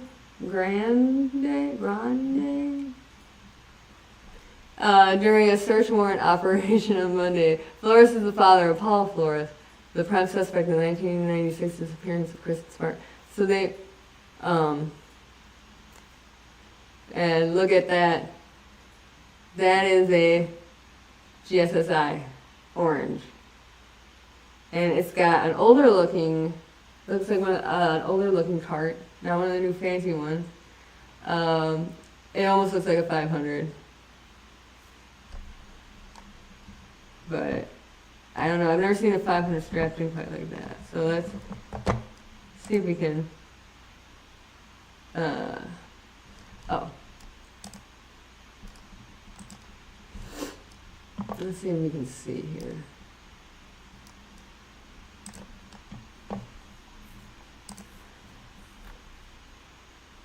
It looks like 400. Done it. Yeah, it looks like the 400 right there. Oh, is that what that looks? Is that what the cart looks like for it? Oh, so that's their newest car. Is that one, huh? With the big old wheels on the side. They got the 400 out there. So go big or go home. They didn't just take the 900 out. They're like, we gotta go deeper than 3 feet. This might, well, especially over time, because over time you never know what is gonna settle on top. And it's also good just to have a longer wavelength. If it's wet ground, if it rained a lot for the last couple days, you're gonna want to be able to not have the resolution deteriorate really quick at the surface. But I would guess it's been since 1996. You never know how much soil's been on top of that, what else has been on top of it. Also, they had time to make the hole deeper. So, the 400, excellent choice. And I have one more thing. I thought I had one more. Yes, I do. I know I do. Here we go. I do not know this company. Actually, this company does sound familiar. I'm not gonna lie. Sensors and software from radio detection. Oh, actually, no. They don't sound familiar. I gotta look into these guys. Oh, these guys are yellow. Are these guys yellow? Ice map. What's ice map? Continuous real-time ice thickness measurements ensure safety on winter ice roads. That's cool. I'm sorry, guys. I'm distracted now. Like, whatever. Looks like we're going to be learning about ice roads in the next couple minutes.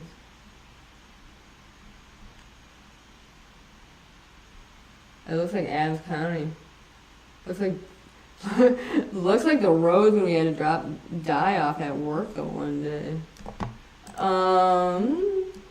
That's neat. Okay, I'll get lost in this website later. So this looks like the yellow people, huh? They look yellow. Look at that guy. He's like, forget it. I'm just doing 4 at once. Like, and then some guy shows up at work and he's got like 8 attached to his, and the guy quits.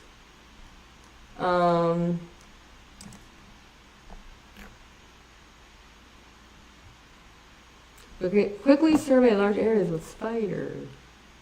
Look at that. 2, 3, 4. This is totally Photoshop. That's cool. Okay, I got distracted. It doesn't matter. I was going to show you guys something. Here we go.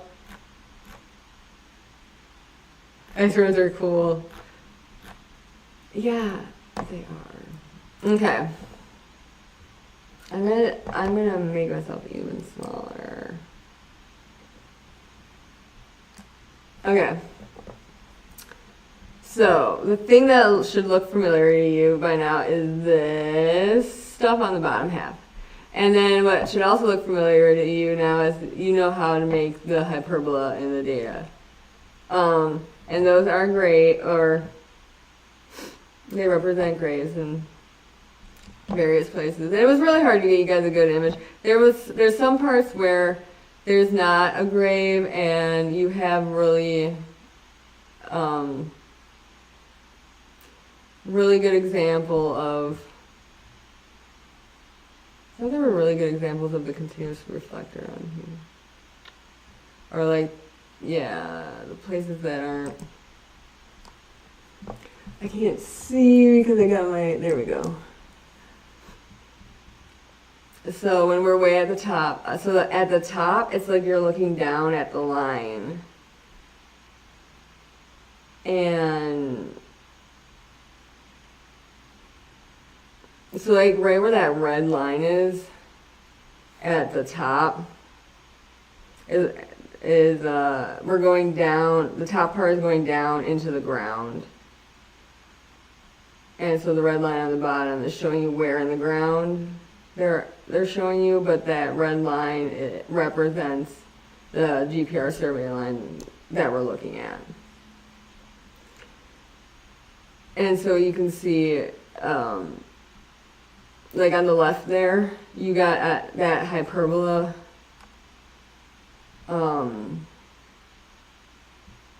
at like, if right, if I click off this, it'll start running. So I can't really move my mouse to show you guys. But on the left, they're at like between 2 and 2.5 on the top. And you got the hyperbola in that lower half. That just shows you like the burial right there. And then you got one around 4. Oh my gosh, my tinnitus just really, I got chronic tinnitus, and it's like, it just decided to howl in my right ear. Whoa.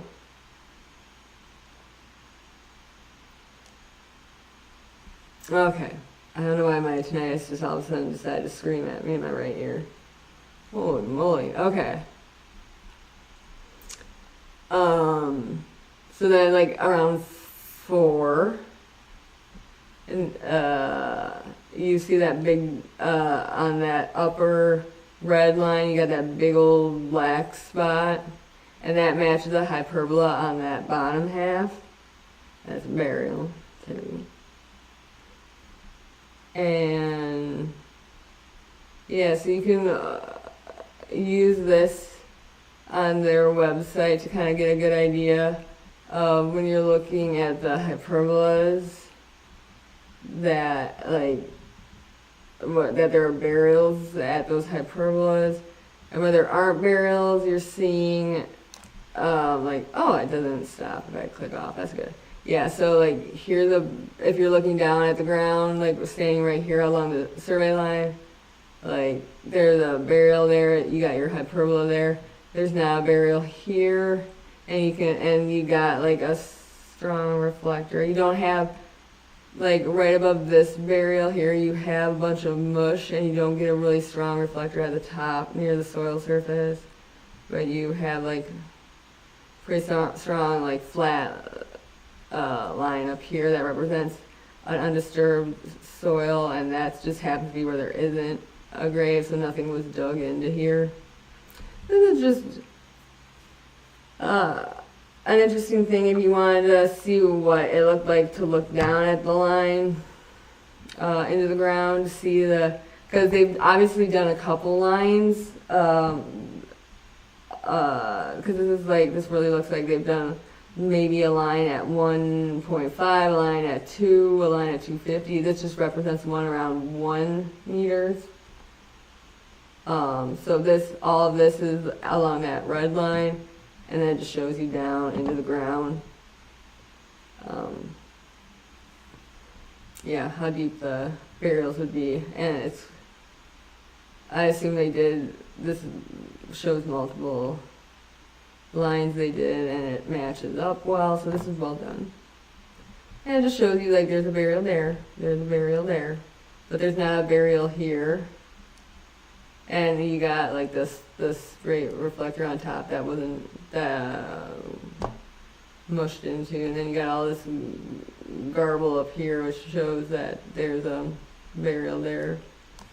Like, so it's just a way to get a better idea of how to read this stuff.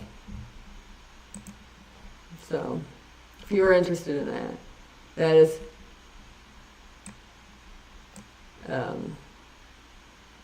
the sensors and software for radio detection. It's sensoft.ca, and then they have /case study /finding -graves -in -cemeteries /. So oh, you can't really see me anymore. Yeah, does anybody have questions? That was kind of this last website's a little bit tricky to visualize when you're just learning GPR stuff, because you gotta take not just the 2D, the along the line, and then the into the ground idea, but then when you start to pack more GPR lines next to each other in a yard, and then think about them all together when you look into the ground, it can get a little confusing. But this is probably the yellow company, and then you got the orange company, which is the GSSI people, and we figured out that the 400 is what they used at Um,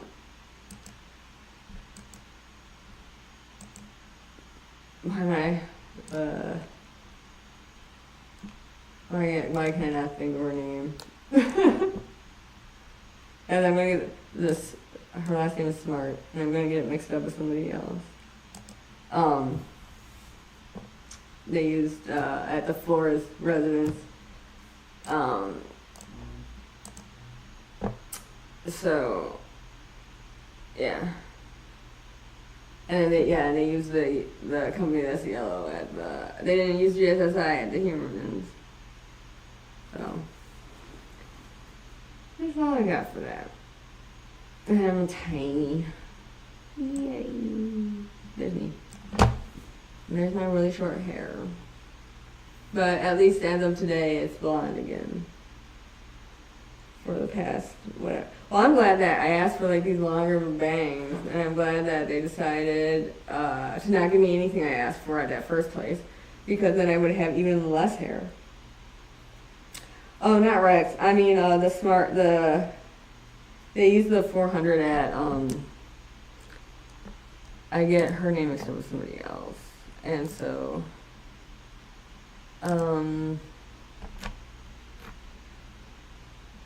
Kristen Smart. That's the where they use the 400.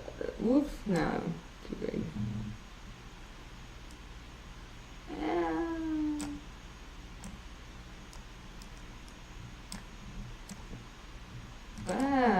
Dental implants? What are you trying to tell me?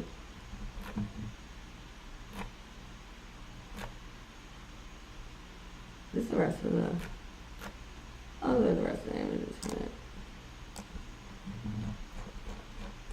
There it is.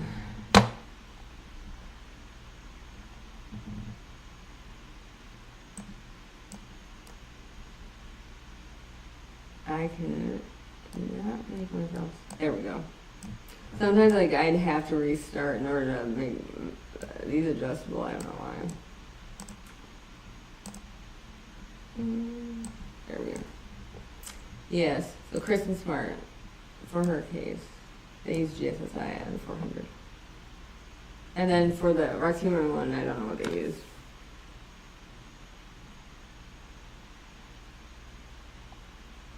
You got lost in Milwaukee, so it took longer than expected. I've been lost. I got lost in Milwaukee. On the night of Becca's like bachelorette party thing, where they had where I had to meet at a bar. Met everybody at a bar. And well, I didn't really get lost. I missed the turn, and then there's no forgiveness when you got. They send you over like the big bridge things into downtown. Like I wasn't supposed to end up in downtown Milwaukee. I was supposed to turn before that, but there is no forgiveness if you miss that turn to get to that place. So I was super late. I was not happy.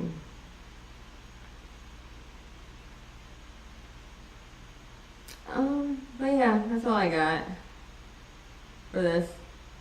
Did that make sense? Like, at least it would. At least this talk would get you familiar with. At least this talk would get you familiar with the GPR stuff. Just seeing the GPR images is helpful. Because every once in a while you do get to see them in either the news or like on a TV show or something. You don't get to see them alive, which is like kind of the problem, because either they don't get saved or like they're owned by the people who like contracted whoever to come out and do this work. It's their files. It's either the company has the data and files, or like the people that asked them to come out to do this work has the data and files. It's theirs. They bought it, and so then those are never released for like one reason or another. And so yeah, unless it's like a TV show or something. I was watching. I couldn't find it. I was watching. Josh Gates has the Expedition Unknown. They were at an English manor, and they were looking for a tunnel outside of this English manor, and they had brought GPR, And usually I don't watch if they bring geophysics stuff, I can't watch it because they yell at the TV a lot. And it really works me up. Especially the Skinwalker Ranch. Oh my god. Anyway. They were looking for this tunnel. I used GPR, which my year I would have been great for it. But they used GPR, just showed a line really quick on the screen. And I was like, there's no tunnel there. I knew it. Because, I mean, unless it was a collapsed tunnel and they filled it like with layers of things. And so it could have, I said, well, it's not like a tunnel with space inside to be a tunnel anymore. It's probably not a tunnel, and it looks like it could be a collapsed tunnel with a bunch of stuff filled in. But it did not resemble a tunnel. So I'm like, no tunnel.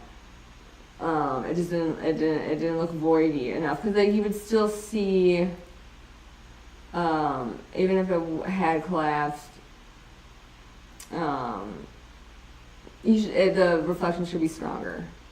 And so when I saw that, I was like, no tunnel. And then they dug at that spot, and it was not a tunnel. But it was something, which I knew it was something, and they knew it was something. And I was pretty proud that I said no tunnel. And, but it like a moat, a filled-in moat around this manor, so that's pretty cool. And they found a ton of stuff. That was last week.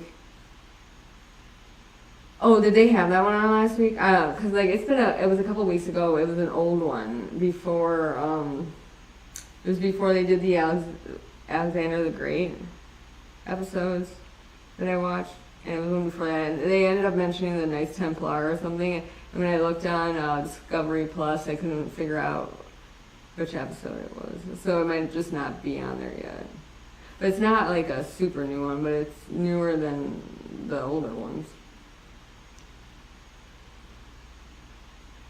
But if I don't know if it's on last week. I mean, I just gotta know when it's on again. You know what? I don't need to know. I told you guys the story already. I don't need to show you anything. That's the story. I could draw you a picture. With Minecraft, I could draw you a really good black, white, and gray picture of Minecraft. It's actually really hard because vertical contacts in the ground actually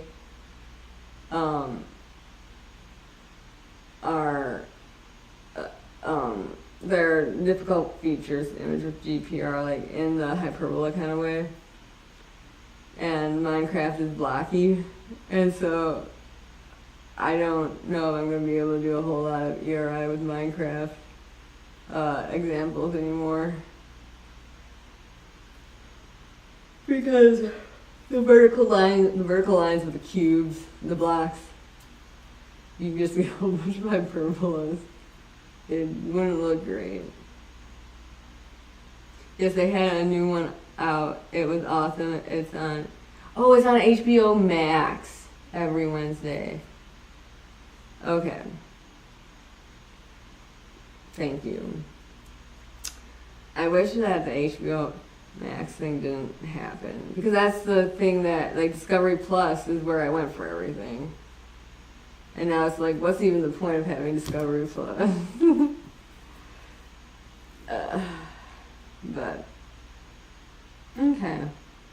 I'm gonna get better at, like, cutting these shorter, and then, like, I don't know, we'll just be able to do this more. Probably. Because, yeah, if I'm out here for like 3.5 hours or something, I'm gonna be like,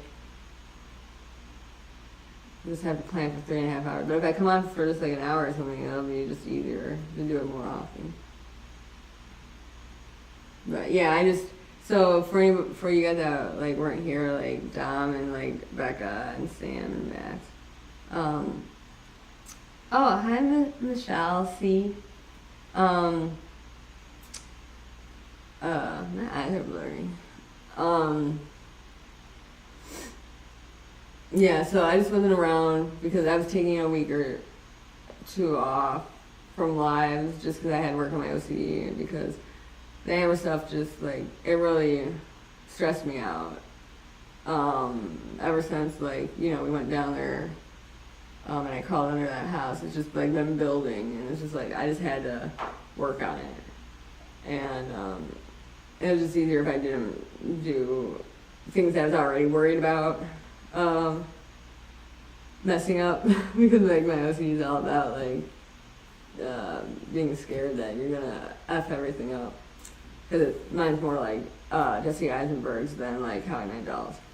And so I worked on my OCD, and then I was gonna come back, and it wasn't supposed to be a long break. And then the Trump attempted assassination happened, and I decided that weekend would be news. And it just seemed like a lot of political talk and stuff. So I didn't really want to come on for that weekend. And then I had my 20th high school reunion. And then the next weekend I had, my mom wanted Zach and I to come up and visit. And so that leads us to this weekend. That's good that you guys didn't see me since the Thursday before my high school reunion because my hair was real sad.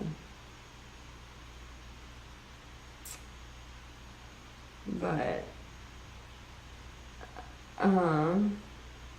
we were just gonna go, but now Michelle is here.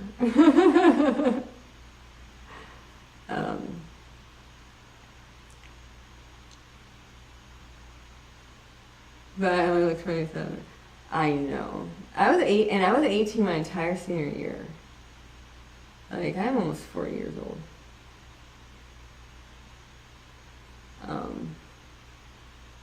You're watching a case on Detective Perspective. I haven't been up to date on Detective Perspective in like the last several, but yeah, he's good. About a case where a missing woman is suspected to have been a Jane Doe who got buried, and now they can't find the remains in the cemetery. Really? Did they have a plaque and they just can't find the plaque? Because that wouldn't be hard to find at all. I mean, there's a couple different ways you could go about finding the plaque.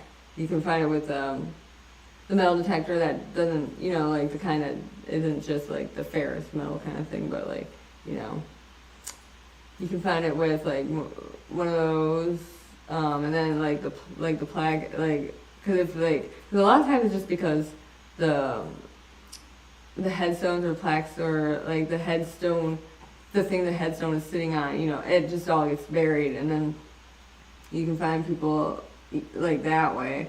You can take like even the metal flags that you stick in the ground for like utilities and stuff. You can just poke those into the ground at old cemeteries, and you can hit headstones that have fallen over, or like the plaquey kind of the plaque headstones that are just kind of laid on the ground. You can poke those and then uncover them really easy. So you can find a lot of really old headstones just by taking like one of those tiny little metal flags and poking in the ground where you think a headstone would be along a line or whatever. And that is sad. No, they dug, but she wasn't where she was supposed to be. The records are messed up. Like I could definitely do the ERI there. Like GPR. I mean, how long ago did they bury her? I'll have to watch that one. I'll have to watch that one because my URI works great for that kind of stuff. They didn't just dig on one side of the headstone, and she was actually buried on the other side of the headstone, right? I'm always worried about that kind of thing. Like, I think I understand the orientation of the cemetery, and then it's like the headstone's on the other side or whatever. The person's like facing the other way. Maybe you look up the case. Okay. yeah, because GPR would work good for a burial like that. You got your 400 from DSSI, which we got on the screen right now. It's good for that kind of thing. To find her. My ERI, to go along the line and see if she's there. That's really weird that they dug where they dug where she wasn't where she was supposed to be. Yeah. I mean, I work with a lot of just like making sure records are correct, and yeah, I should look at. I should watch that one. I mean, that's bizarre, but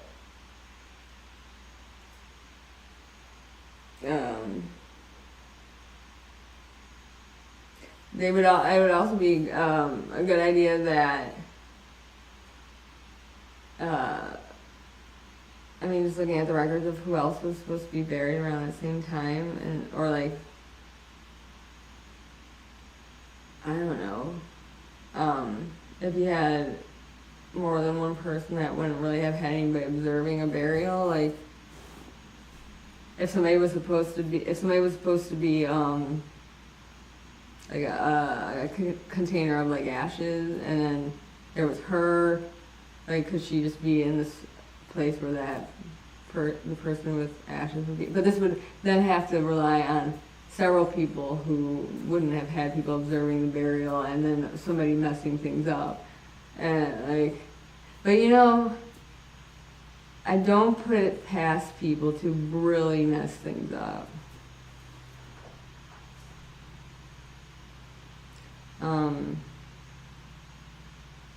Yeah, I'll have to look that one up. I think then, like, I feel really bad at, like, kind of all set to go and finish dinner, but Michelle just got here.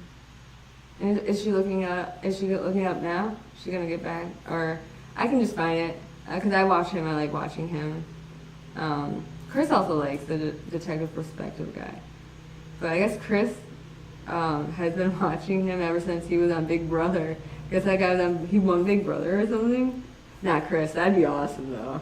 But Chris has been watching the detective perspective guy for like years on different things. He's got the is it called Hunting Homicide? No, that's wrong. Derek Levasseur. He's got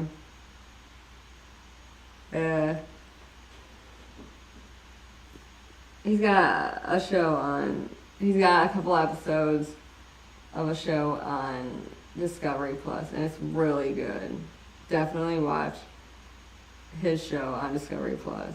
It's really good. But I could actually probably find that. I am almost done with all my Joe Kenda stuff, and I'm gonna need him to come out with some more stuff. I feel really bad because, like, in order for Joe Kenda to come out with more stuff, you know, there's got to be a lot of bad news. But Joe Kenda, if anything ever happened to me, have Joe Kenda describe it. Just like, you know, like I like the gender-free TV, like Steve Lookner guy, but I know that if I see him, it's going to be breaking news and it's probably not going to be great.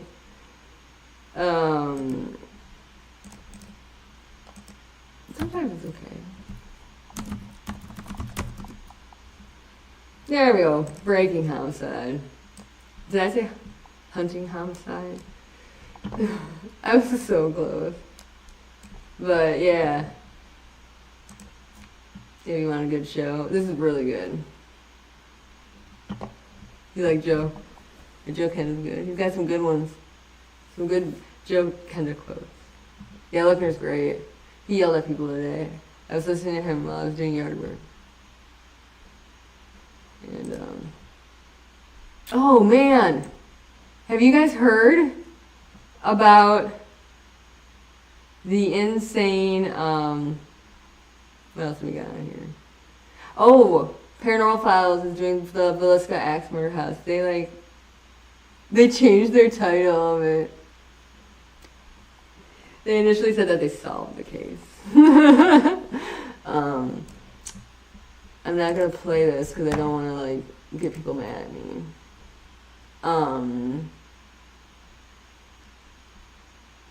But can I not? There we go. It's a terrible view of Nick the Hat. There we go. So Nick Hat's it's a last name. It doesn't even. It's too long, and so it doesn't fill up the thing. So, or I want him to say his last name for me. That'd be great. Nick the Hat has been covering an escaped killer, Joshua Zimmerman.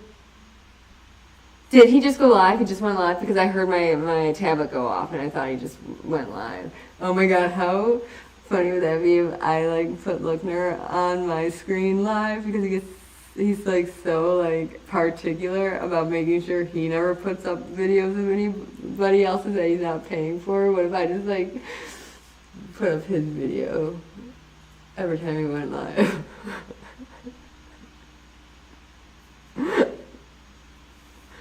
Like, we just watch it right now. And he's always so particular about making sure he pays for everything that he puts up. But, yeah, besides Breaking Homicide, I should totally watch, and Steve Lookner. Did he just go live about protest stuff? Is that what he went live about? Yeah. And this is an insane case. Because he got help. And it sounds like he got help from more than, he was having like a physical relationship with one of the corrections officers, like one of the ladies. And, but it sounds like he got more than just help from her. And like was it him that went into somewhere and asked them to delete the video? Or did somebody else went in there and the security camera stuff is gone? And then he also convinced some guy nearby just to drive him somewhere. Oh, there's something about him now? I am not gonna play Lookner. Hamas leader Ismail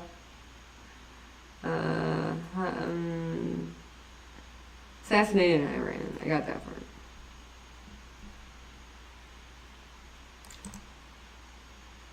I'm not good with names. And it's not just, it's like all names.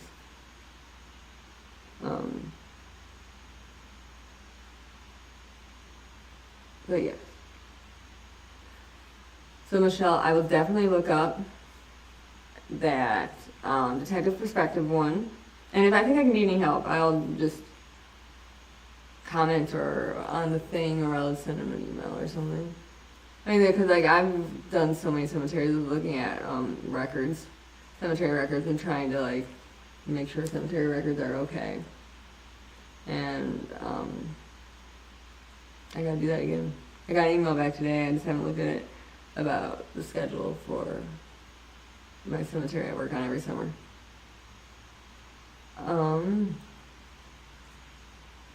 But yes. And then, yeah, Joshua Zimmerman, if you're in Memphis, Mississippi, Florida, Connecticut, just make sure you know what that guy looks like. Do not approach him when he gets murdery. He gets murdery. I want to show you guys all my stuff and my notifications. I keep an eye on a lot of people too, for certain people. That's why I got JLR. I like to know what everybody's doing. I don't want to miss anything important. Yes. So do not approach him. And Dog the Bounty Hunter will take any of your tips. That's what dog means down here. Dog the Bounty Hunter is working with Nick the Hat. If you are not worried about having your identity known, if you have a tip, you can call the marshals. But if you want to stay super anonymous, no problem staying anonymous. You will be anonymous. You can contact Dog at that number. he offered himself, or is in the non-extradition country now. I don't think he. Oh, he offered himself, or is in a non? No, I think he's just really good at. I don't know. Like Nick the Hat was talking about how he doesn't even think he might still be in the Memphis area. Even though there were definitely sightings in like the Tampa area, I think. In Florida, there were. Somewhere in Florida, there were like legit sightings of him, I guess. But now, I don't know. But I don't think he escaped the country. How would he have done that? And he doesn't sound like the kind of guy that would get rid of himself. And they said do not approach him at all, because he's got no problem getting rid of people that get in his way. And when he gets desperate, he gets spree killery, apparently. Like that's the kind of thing they're worried about. Like, yeah.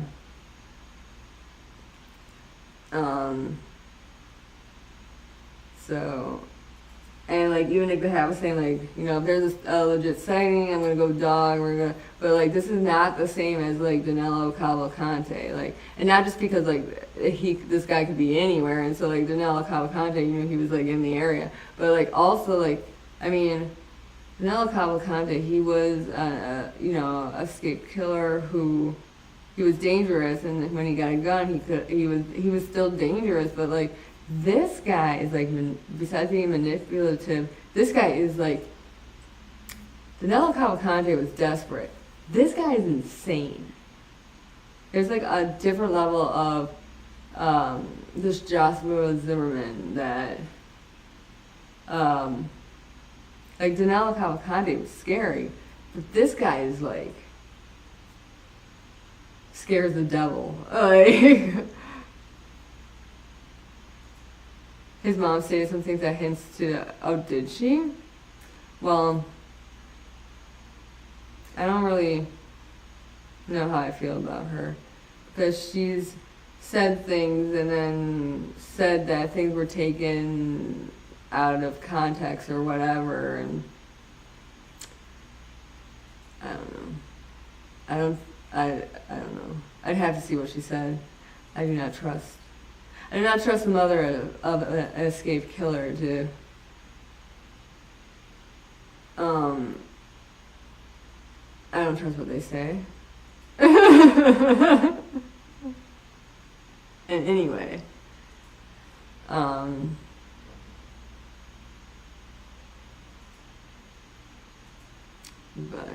she's actually been talking to Nick the Hat, I guess. But yes, this guy do not. He is go up to him. He is extremely dangerous. Not Nick the Hat. He's fine. It's the Joshua Zimmerman guy. But if you want to like get daily updates on this guy, especially if you live in Connecticut, if you live in Florida, if you live in Tennessee, if you live in Mississippi, definitely Nick the Hat. On YouTube, he said he'd be doing more YouTube, and then also he's on Twitter, and he's got Doug the Bounty Hunter working with him. You've been trying to find the case now, you can't find it. Maybe it wasn't from a detective perspective. I'll keep trying to find it. Okay, I mean, I'll look too. But yeah, thank you so much. And if you find it, if you just want to like comment on this video, that'd be great. Thank you so much. And yeah, I'll take a look too. Maybe even Googling just like the situation, like,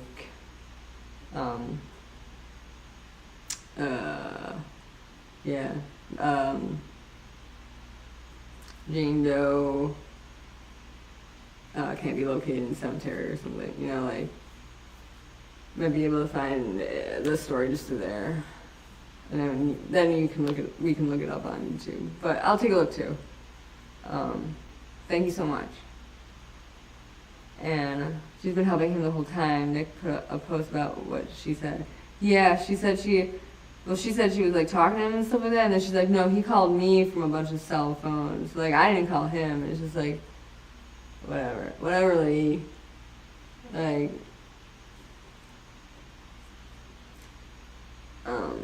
And I guess other people in the family, though, like, aren't even trying to pretend to be okay with Nick the Hat. So, I'm gonna go so I can eat a little bit. And Lookner's on, so Steve Lookner, Agenda Free TV's got some stuff on. That's nice. He's good background filler, unless he, like, starts yelling breaking news or something. Then if I'm like kind of like dozing off and he just starts yelling, he just yells breaking news, like, I'm awake.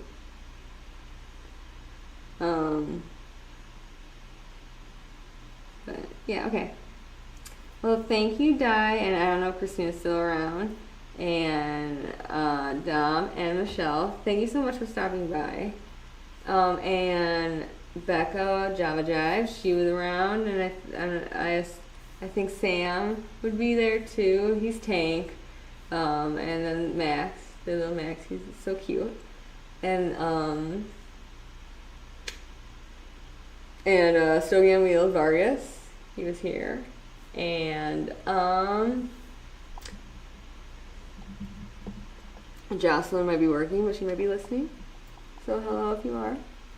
And I haven't checked my phone. If Copper Horse ends up coming around, hi. Let's see. Oh, and Forensic DH. It was so great to see Forensic DH here. And Dandy Lioness. I do love seeing like the same people. And then my husband, Zach. Zach was the weirdo that commented on my short, by the way.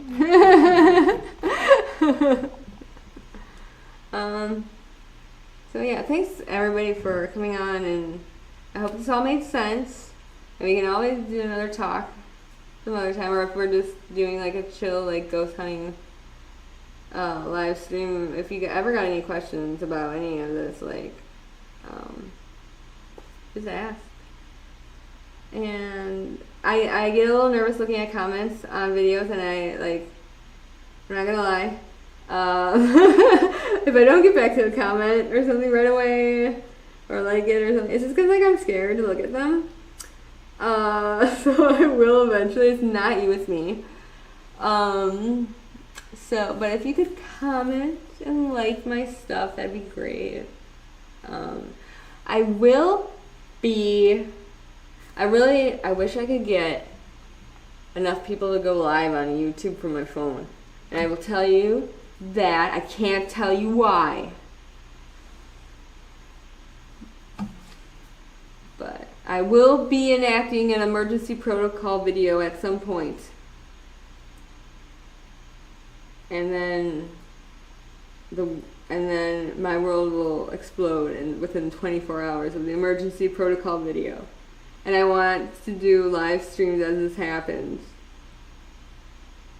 And it's going to be awesome. But I have a feeling that even though this may be the coolest thing to ever happen to me, I may not be able to live stream it because I don't have 500 subscribers. But if you guys could like it and subscribe, I think you're all subscribed, and comment, that'd be great. Because I have a new project, and there's an emergency protocol in my new project. And as soon as I'm told to get on a flight to somewhere in the United States for this new project, I'm gonna be on a flight. I'm gonna have a video all done. I'm gonna launch the video, and I'm gonna get on an airplane, and I want to be able to do live streams as this unfolds. I'm very excited, but I'm not gonna be able to do live streams if I don't have 500 subscribers.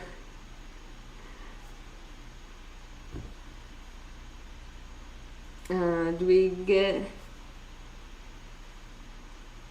CU credits for class tonight? What was a CU credit? Sure. Wait, what's a CU credit?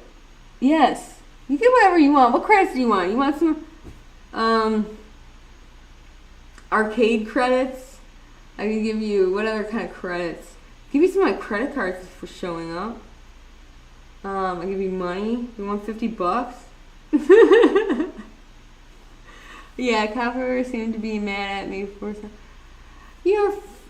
Well, with me, you're fine,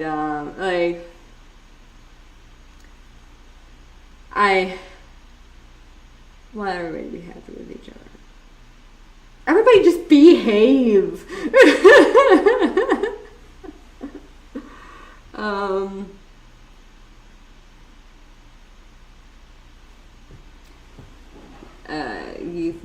You can get whatever credits you want. You can have a credit card. You can have.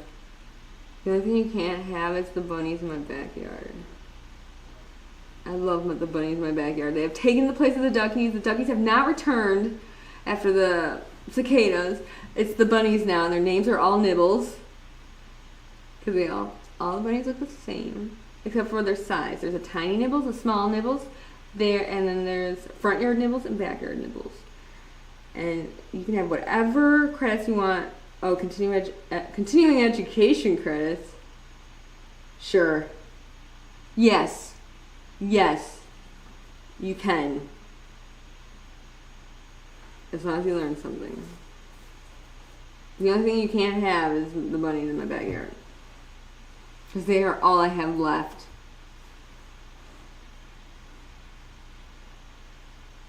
Because the ducks left me.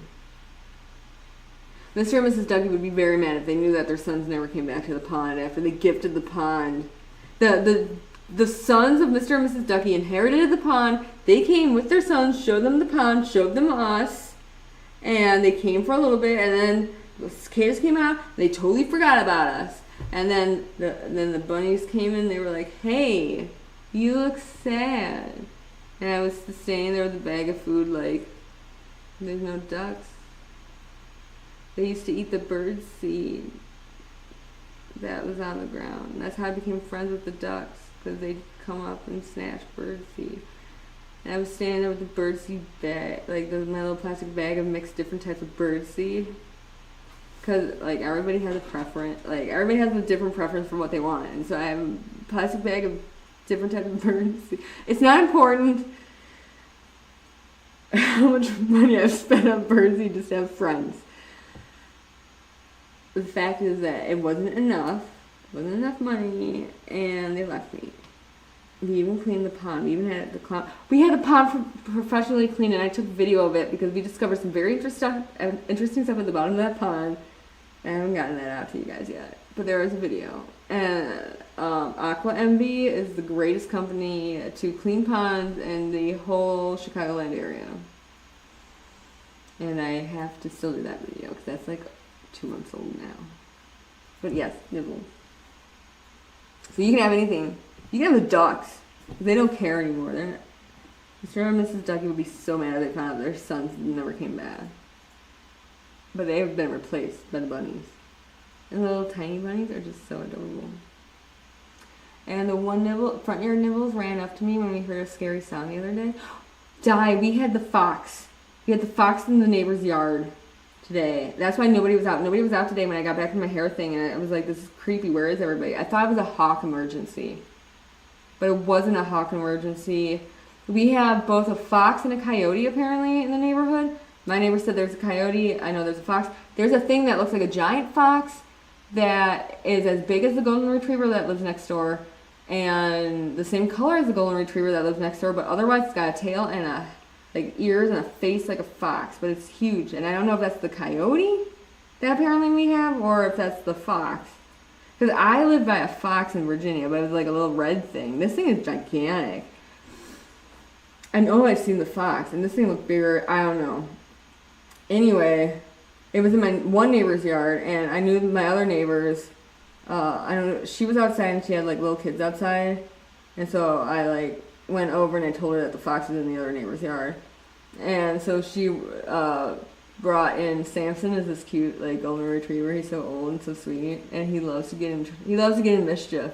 The first time I ever met Samson, the dog from next door, he came up to me when I was in my backyard doing the garden, and he was like, "What are you doing?" I was like, "You're in my yard. Whose dog are you?" And that's the first time I met Samson. So he's next door, and he had to go inside. He's old and stuff. And when my neighbor was bringing the dog inside, because after I told him that the fox was around, and he had gone to the back of the other yard, and there's like an alley thing, and so I was worried he was going to come up and sneak up on them. And the dogs on the other street, on the other side, they just started howling and stuff. It's really creepy. You can tell when like the fox thing is around in some places because they start to howl and stuff. I was so worried because like I got home from the hair place today when they fixed my hair. It took 3 hours to fix what the other people did. And well, they can't grow it back, but anyway. And nobody was outside. None of the bunnies. None of the squirrels weren't even across the street, bothering the guy's bird feeder across the street. And the chipmunks weren't even out. And I was so like, this is so weird. This is bigger than a hawk emergency. And then I saw the fox. And I was so worried that all my nibbles were gone. Yeah, damn fox indeed. I was so worried. But then I saw a tiny nibbles and a small nibbles. A little bit bigger than tiny nibbles, but not quite a teen nibbles. Still a kid. And they hopped out by the gate. And I was glad that some of the babies were okay. I don't know about the front yard tiny nibbles. I haven't seen front yard tiny nibbles, but it might have been the one tiny nibbles that was in the back. I'm not sure. Anyway, front yard nibbles decided to be backyard nibbles tonight. So I had 2 bunnies in the backyard. But she's been doing that a lot lately. Okay, off to Lookner. Bye, Dom. Thanks for stopping by. I'm just talking about the bunnies now. Oh, I have such a cute picture. And then I'm going to get going so I can eat.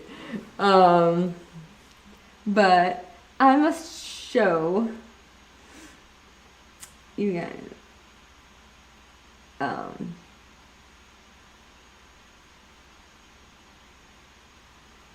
This is front yard nibbles being backyard nibbles.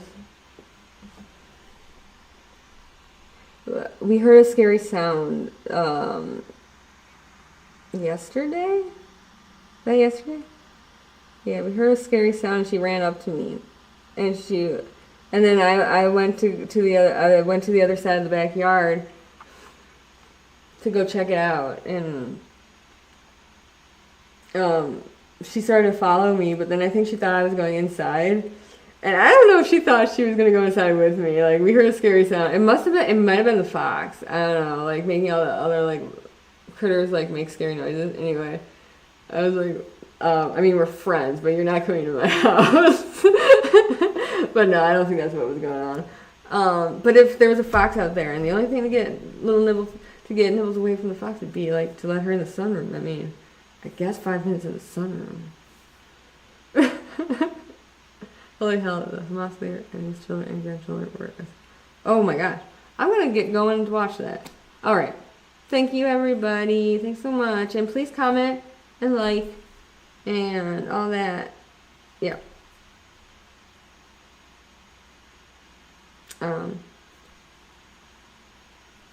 Bye-bye.